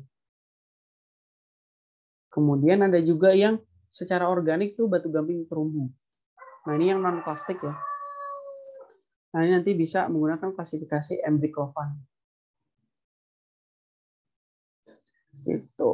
Kemudian ada juga yang kalau dia karbonat tapi prosesnya kimiawi gitu ya akibat evaporasi dan presipitasi itu akan menghasilkan batu gamping yang kristalin. Jadi ini map secara garis besarnya klasifikasi batuan sedimen, baik karbonat maupun non-karbonat berdasarkan proses sedimentasinya. Gitu. Nah kalau kita masuk ke karbonat, tadi ini ya klasifikasi Grabau nih, ya untuk sedimen yang untuk batuan karbonat yang klastik. Jadi kalau klastik itu dilihat dari ukuran butirnya. Kalau kurang dari 2 atau kalau lebih dari 2 atau ukuran gravel gitu ya, dia namanya kalsirudit. Kalau seukuran pasir, namanya kalkarenit. Kalau dia seukuran lempung atau lanau, namanya kalsirutit. Kemudian sebelah kiri ada klasifikasi yang Embrick-Lovan, ini untuk yang terumbu. Nanti ini bisa dibaca aja ya. Dibaca aja. Udah cuma bahasa Inggris kok. Tinggal bahasa Indonesiain aja.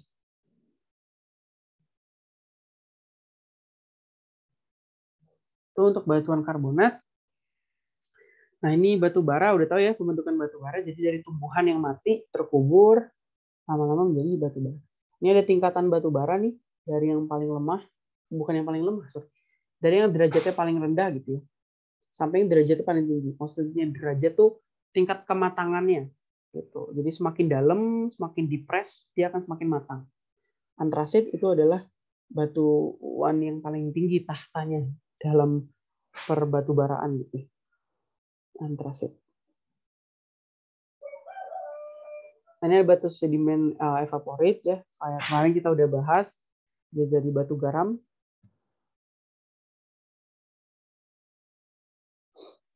Oke, kita udah masuk sampai di batuan sedimen. Sampai sini perjalanan. Sebelum ke proses metamorfisme dan batuan metamorf, ada yang mau ditanyakan dulu untuk sedimen?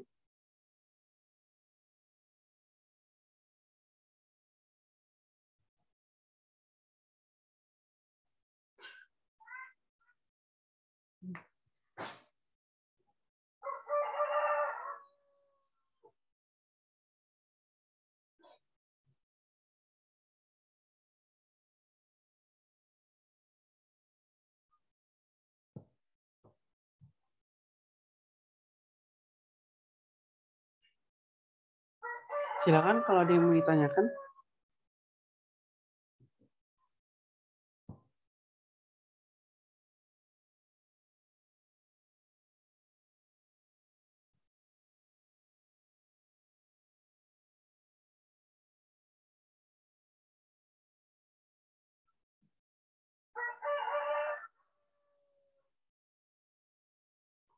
Oke, kalau nggak ada, kita lanjut ke proses metamorfisme.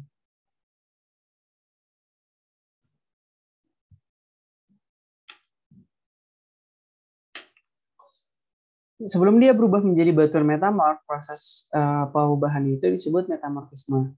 Di mana pada proses ini terjadi ubahan mineralogi dari batuan, tekstur, dan kimiawi, sama aja mineral ya, pada suatu batuan dalam kondisi padat akibat perubahan temperatur dan tekanan.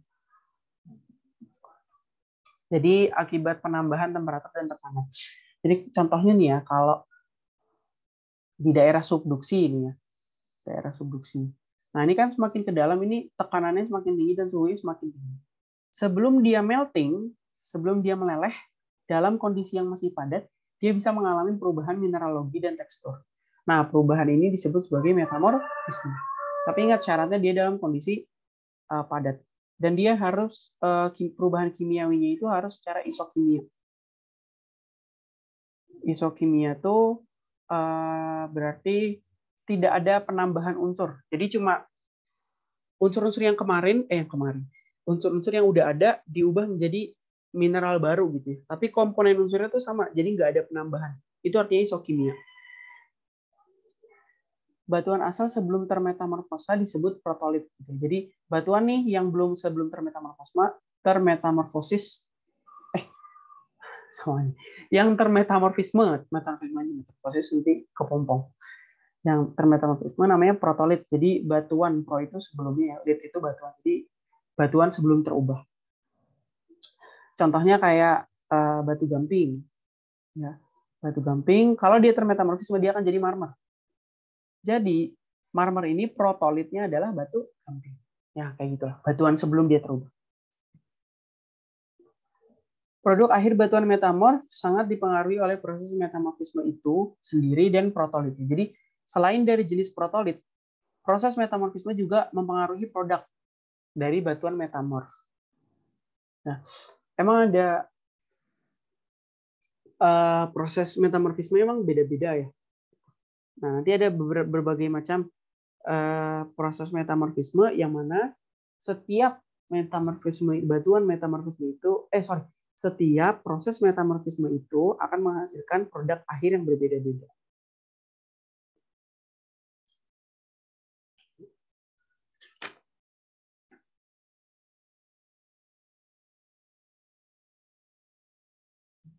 Oke. Sekarang kita ke agen metamorfisme. Tadi apa yang menyebabkan dia termetamorfisme? Penambahan tekanan dan penambahan temperatur. Yang pertama panas nih atau temperatur. Temperatur ini biasanya berasal dari magma, ya, magma yang naik ke atas. Nah, nanti batuannya akan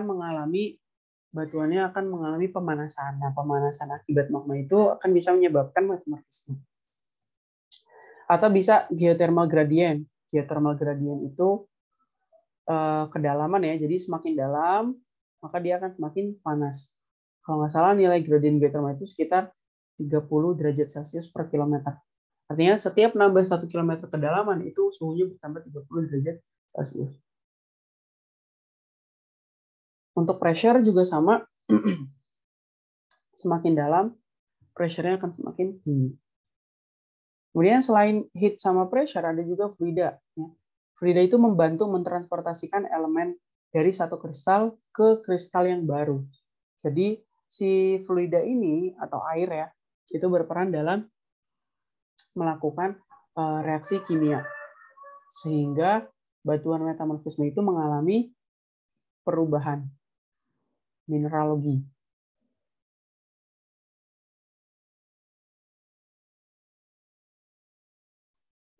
Kayak gitu.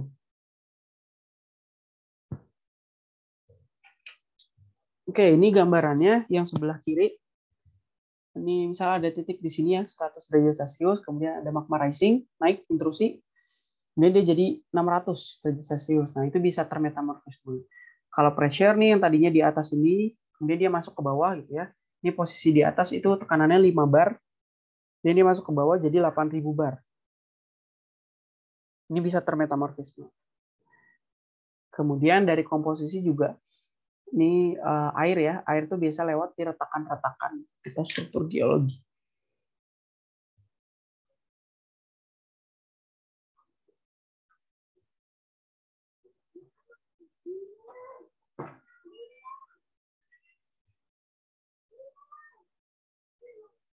Oke, sebelum masuk ke tipe metamorfisme tadi ada pertanyaan.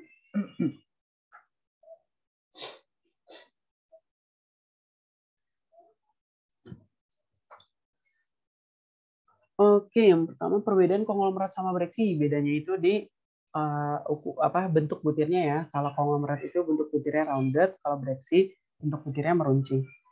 Nah, ada yang tanya lagi, Kak, izin tanya, pembentukan skarn itu bagaimana ya? Nanti ya, sekalian di tipe metamorfisme deh, pembentukan skarn.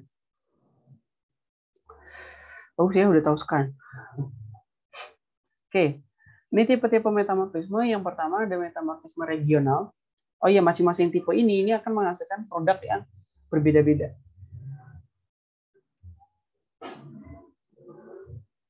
Yang pertama regional.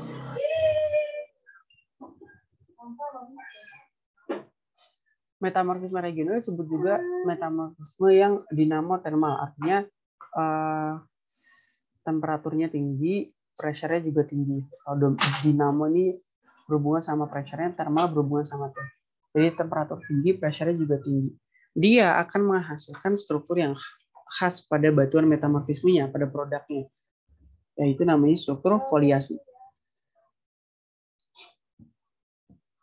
Ya, biasanya metamorfisme regional terjadi di zona subduksi.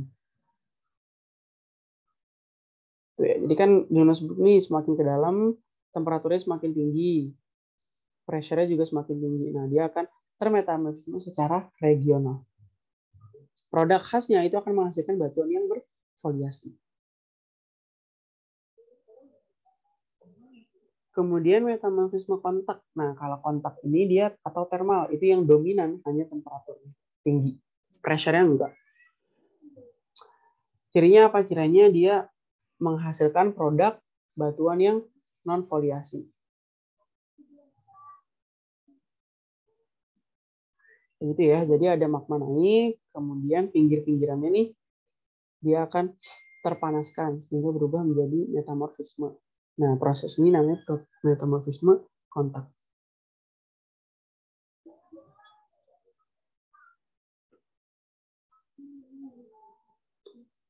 Kemudian ada metamorfisme boreal. Metamorfisme boreal tuh boreal itu artinya bahasa Indonesia penguburan. Penguburan atau penimbunan deh ya, penguburan itu kayak kuburan. Penimbunan oleh sedimen. Nah, ini biasanya terjadi di cekungan ya. Kalau di cekungan sedimen nih, supply sedimennya masuk terus. Nah, ini lama-lama kan pressure sampai dia pressure-nya cukup untuk menekan dia dan merubah dia menjadi batuan metan. Jadi di metamorfisme boreal ini sebenarnya temperaturnya rendah, pressure-nya juga rendah. Kenapa pressure rendah? Karena ditumpuk sedimen itu butuh waktu lama sehingga dia berubah jadi batuan metamorfis. Next, ada metamorfisme kataklastik. Nah, kataklastik ini biasanya akibat sesar atau di zona sesar ya. Nah, jadi misal ada sesar normal nih, yang satu naik, yang satu turun. Nah, ini kan nanti kan akan bergesekan. Nah, dia akan hancur. Nah, di sini yang dominan pengaruh itu adalah pressure-nya. Pressure-nya tinggi karena kan tergesek gitu ya. Secara tiba-tiba tekanannya itu tinggi. Temperaturnya rendah.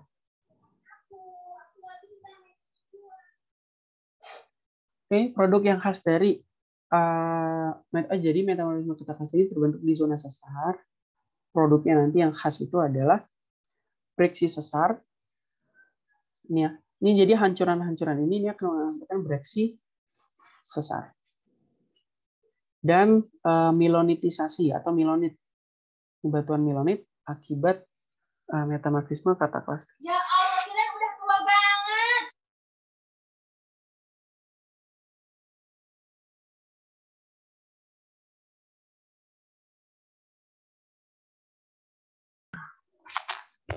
Jadi setelah milonit, jadi kalau milonit itu yang lebih dalam ya, dia tuh batuannya tidak tergesek tapi menghasilkan struktur yang disebut struktur augen. Jadi kayak ada mata-mata ini. Nah, ini produknya khas ya, produknya khas itu dari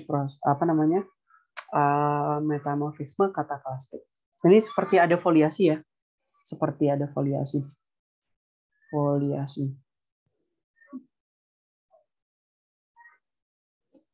Oke. Yang terakhir ada metamorfisme impact. Ini jarang sih sebenarnya, jarang ditemukan karena ini akibat tumbukan meteor.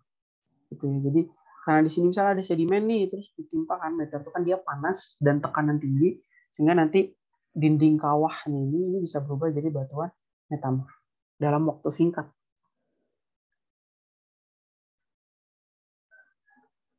Kayak gitu. Sebelum masuk ke batuan metamorfnya, ada yang mau ditanyakan dulu?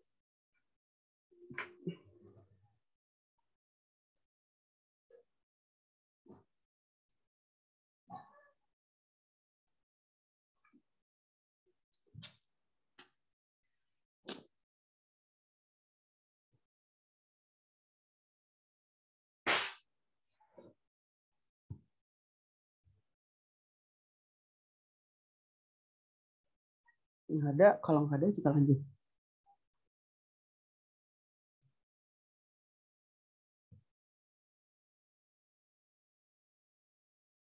Oke, lanjut ke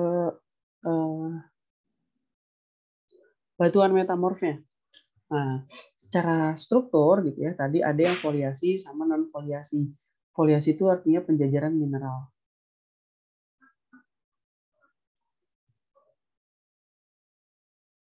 Nah, tadi foliasi itu batuan metamorf yang terbentuk umumnya karena pengaruh suhu dan tekanan yang dominan, yaitu dari proses metamorfisme regional ya. Jadi dia produk dari metamorfisme regional. Di mana panas yang dominan itu menyebabkan adanya reaksi mineral. Jadi mineral ini bereaksi, apalagi kalau ditambah sama air ya. Kemudian tekanan. Tekanan itu menyebabkan adanya orientasi mineral sehingga batuan itu memperlihatkan mineral-mineral yang saling sejajar atau penjajaran mineral. Gambarannya di sini nih. Kalau kita punya batuan granit, kalau granit itu dia mineralnya acak ya. Kenapa? Karena ya magma membeku, ya udah mineralnya membeku di situ-situ aja gitu. Bebas tersebar. Nah, ketika dia kena panas dan kena tekanan, nanti mineralnya berorientasi. Mineralnya berorientasi membentuk kayak gini nih, sejajar-sejajar. Nah, penjajaran mineral ini yang disebut foliasi. Dia kan terjadi di zona subduksi. Nah, dia ada tingkatannya. Jadi semakin ke bawah, ini derajatnya semakin tinggi. Ini ya, derajat metamorfisme regional. Semakin high grade, ini low grade. Jadi yang di sini ini low, yang di sini high. Apanya? Derajat metamorfisme. Jadi di sini nanti akan produknya itu seki, fillet, slate dulu ya. Slate, fillet, sekis, sama gneiss. Itu dia. Ini ada slate, ada sekis, ini ada fillet, gneiss, sama migmatit. Migmatit itu kayak udah tahap akhir. Tahap akhir dari pembentukan batuan. Kok pembentukan batuan? Proses metamorfismenya. Dia udah mau meleleh jadi magma. Kayak gitu. Itu yang foliasi nih ya. Nanti ini bisa dibaca aja. Ada slatic cleavage yang low grade, paling low grade. Kemudian naik ke fillet, fillet naik ke sekis, sekis naik ke gneiss. Jadi gneiss-nya high grade. Kelihatan ya ada penjajaran mineral. Jadi Mineral yang hitam kumpul sama yang hitam, mineral yang warna bening kumpul sama yang bening, yang putih kumpul sama yang putih. Nah, ini udah kelihatan ciri foliasinya.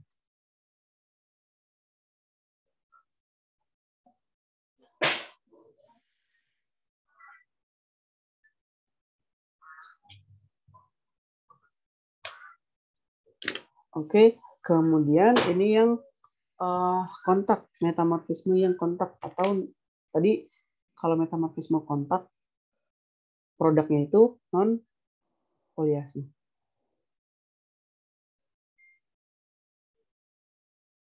Nah, jadi kan tadi yang metamorfisme kontak itu terbentuk akibat intrusi ya. Jadi ada intrusi. Nah, kalau intrusinya ini akan menjadi batuan beku. Jadi jangan diperhatikan ya. Perhatiannya itu batuan sampingnya karena panasnya ini akan ditransfer melalui batuan samping. Ini misal di sini ada limestone atau batu gamping bahasa Indonesia. Batu gamping ketika dia terkena metamorfisme dia akan berubah jadi marmer. Ini marmer ya. Kemudian sandstone ketika termetamorfisme secara kontak dia akan berubah jadi quartzite. Jadi quartzite itu protolitnya adalah sandstone. Kemudian ada yang jadi hornfels, ada yang juga jadi antibolit. Ini produk dari metamorfisme kontak yang bersifat non foliasi. Jadi tidak ada penjajaran mineral. Nggak kelihatan kan? Ini cuma jauh dia butek gitu. Nggak ada penjajaran mineral. Beda sama yang foliasi.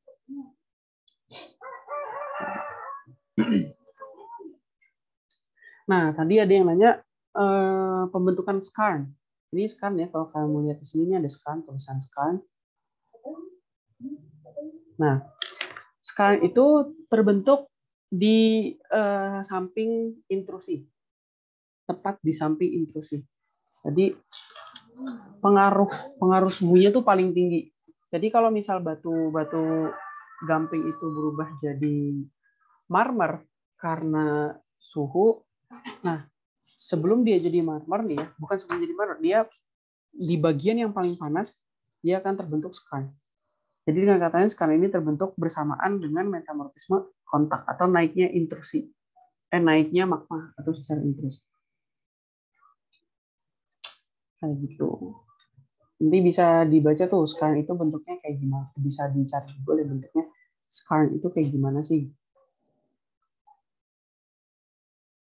Di sini banyak perubahan mineral nih di skarn. Perubahan mineralogi. Karena dia panas kan. Jadi mineral itu saling bereaksi.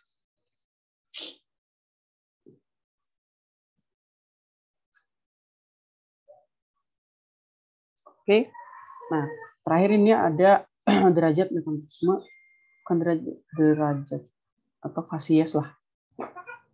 Fasies metamorfisme gitu ya.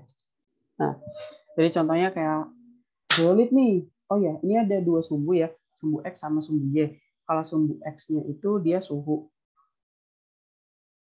Sumbu Y-nya ini dia pressure, tekanan.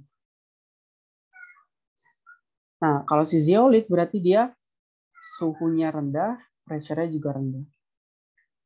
Kalau hornfels suhunya sedang, pressure-nya rendah.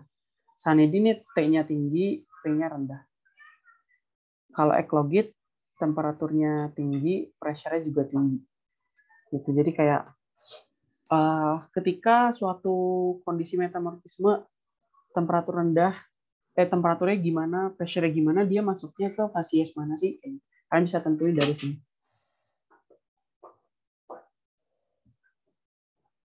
Kayak granulit kan berarti temperaturnya low sampai moderate, tapi pressure-nya low sampai moderate, tapi temperaturnya high, dan seterusnya. Oke, materi kita udah habis ya. Jadi udah sampai batuan metamorf. Setelah batuan metamorf nanti dia akan meleleh lagi. Nah, meleleh tadi kemarin kita udah bahas di bagian partial melting.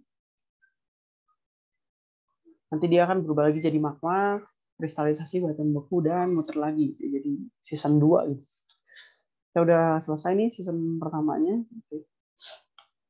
Untuk batuan beku ada yang mau ditanyakan dulu sebelum kalian latihan soal?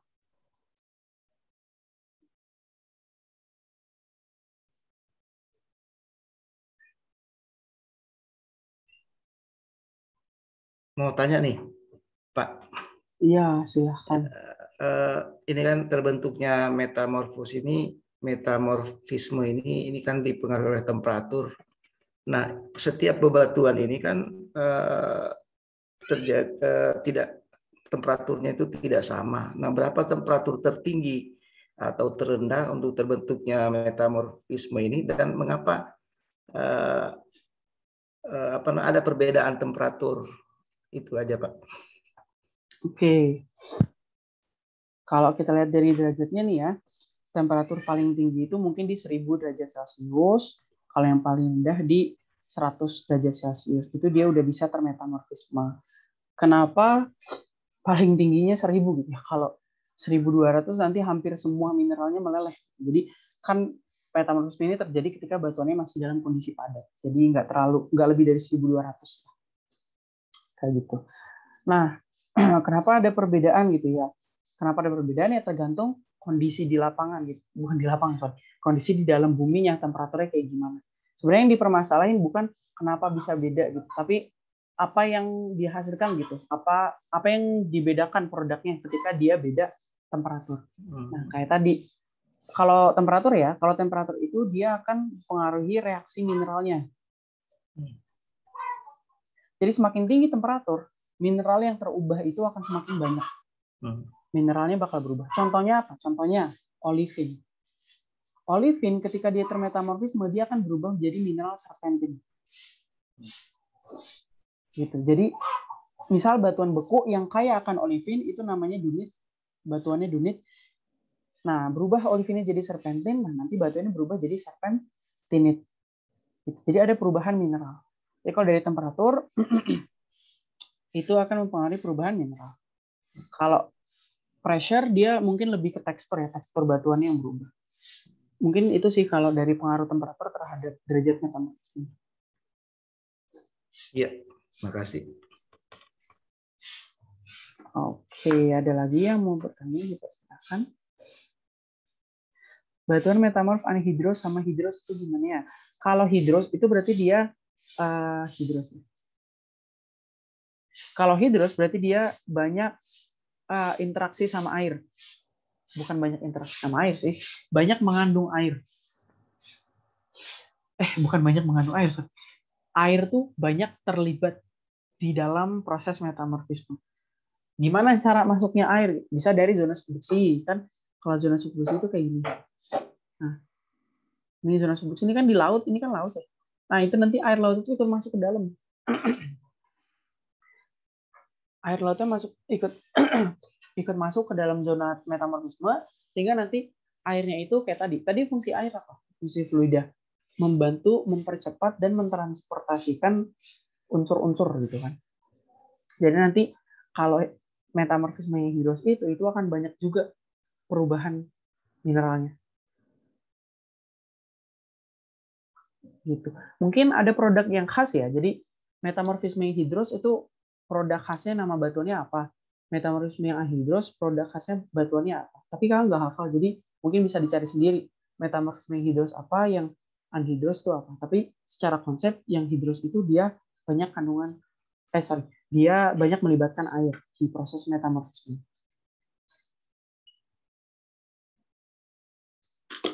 Produknya saya kurang tahu. Ada lagi yang mau bertanya sebelum kita tutup?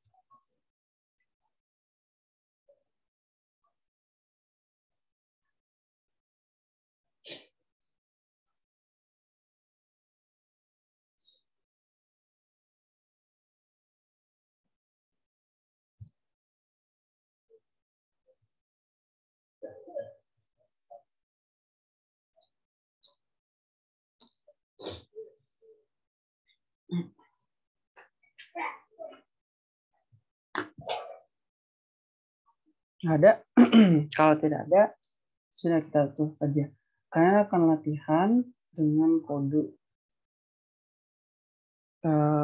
latihan soalnya itu latihan 2 kebumian. Oh iya, ini bakal ada 2, yang satu tentang Krismin, yang satu tentang petrologi. Cuma yang petrologi belum diupload, jadi kalian bisa ngerjain yang latihan 2 dulu, nanti yang latihan petrologinya menyusul. Nah, ini untuk yang pertama bagian satunya, nanti bagian 2 itu kodenya latihan 2 kebumian bagian 2. Nanti ditunggu aja ya, yang bagian 2-nya belum diupload. Jadi kalian kerjain yang latihan 2 yang pertama ini. Ada yang mau ditanyain sebelum tutup?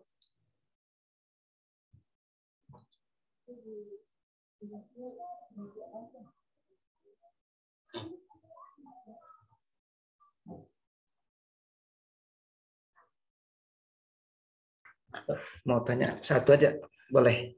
Boleh, boleh.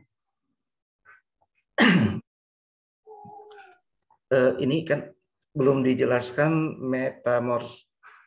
metamorfisme kontak. Tadi itu kayaknya mesti harus diketahui. Bagaimana terjadinya kondisi temperatur dan tekanan untuk jenis metamorfisme gitu. Kontak ya. Ya.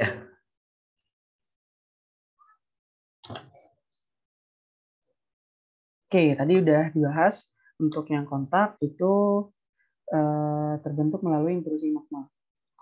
Ya, intrusi magma. Jadi, ini magma naik gitu ya ke gambar yang bagus deh.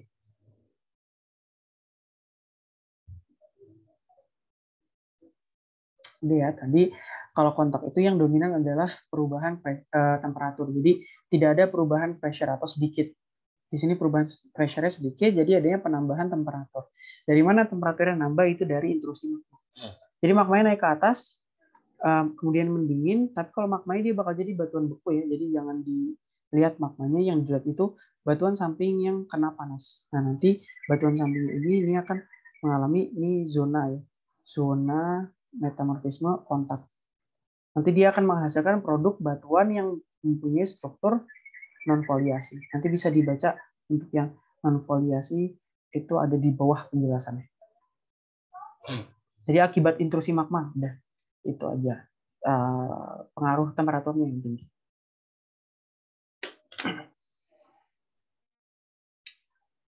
Oke, ini tanya, kan dikerjain dua-duanya? Iya, dua-duanya dikerjakan, cuma yang satu belum diupload. Jadi nanti dicek-cek lagi aja. Nanti kalau tahu di grup kalau udah diupload.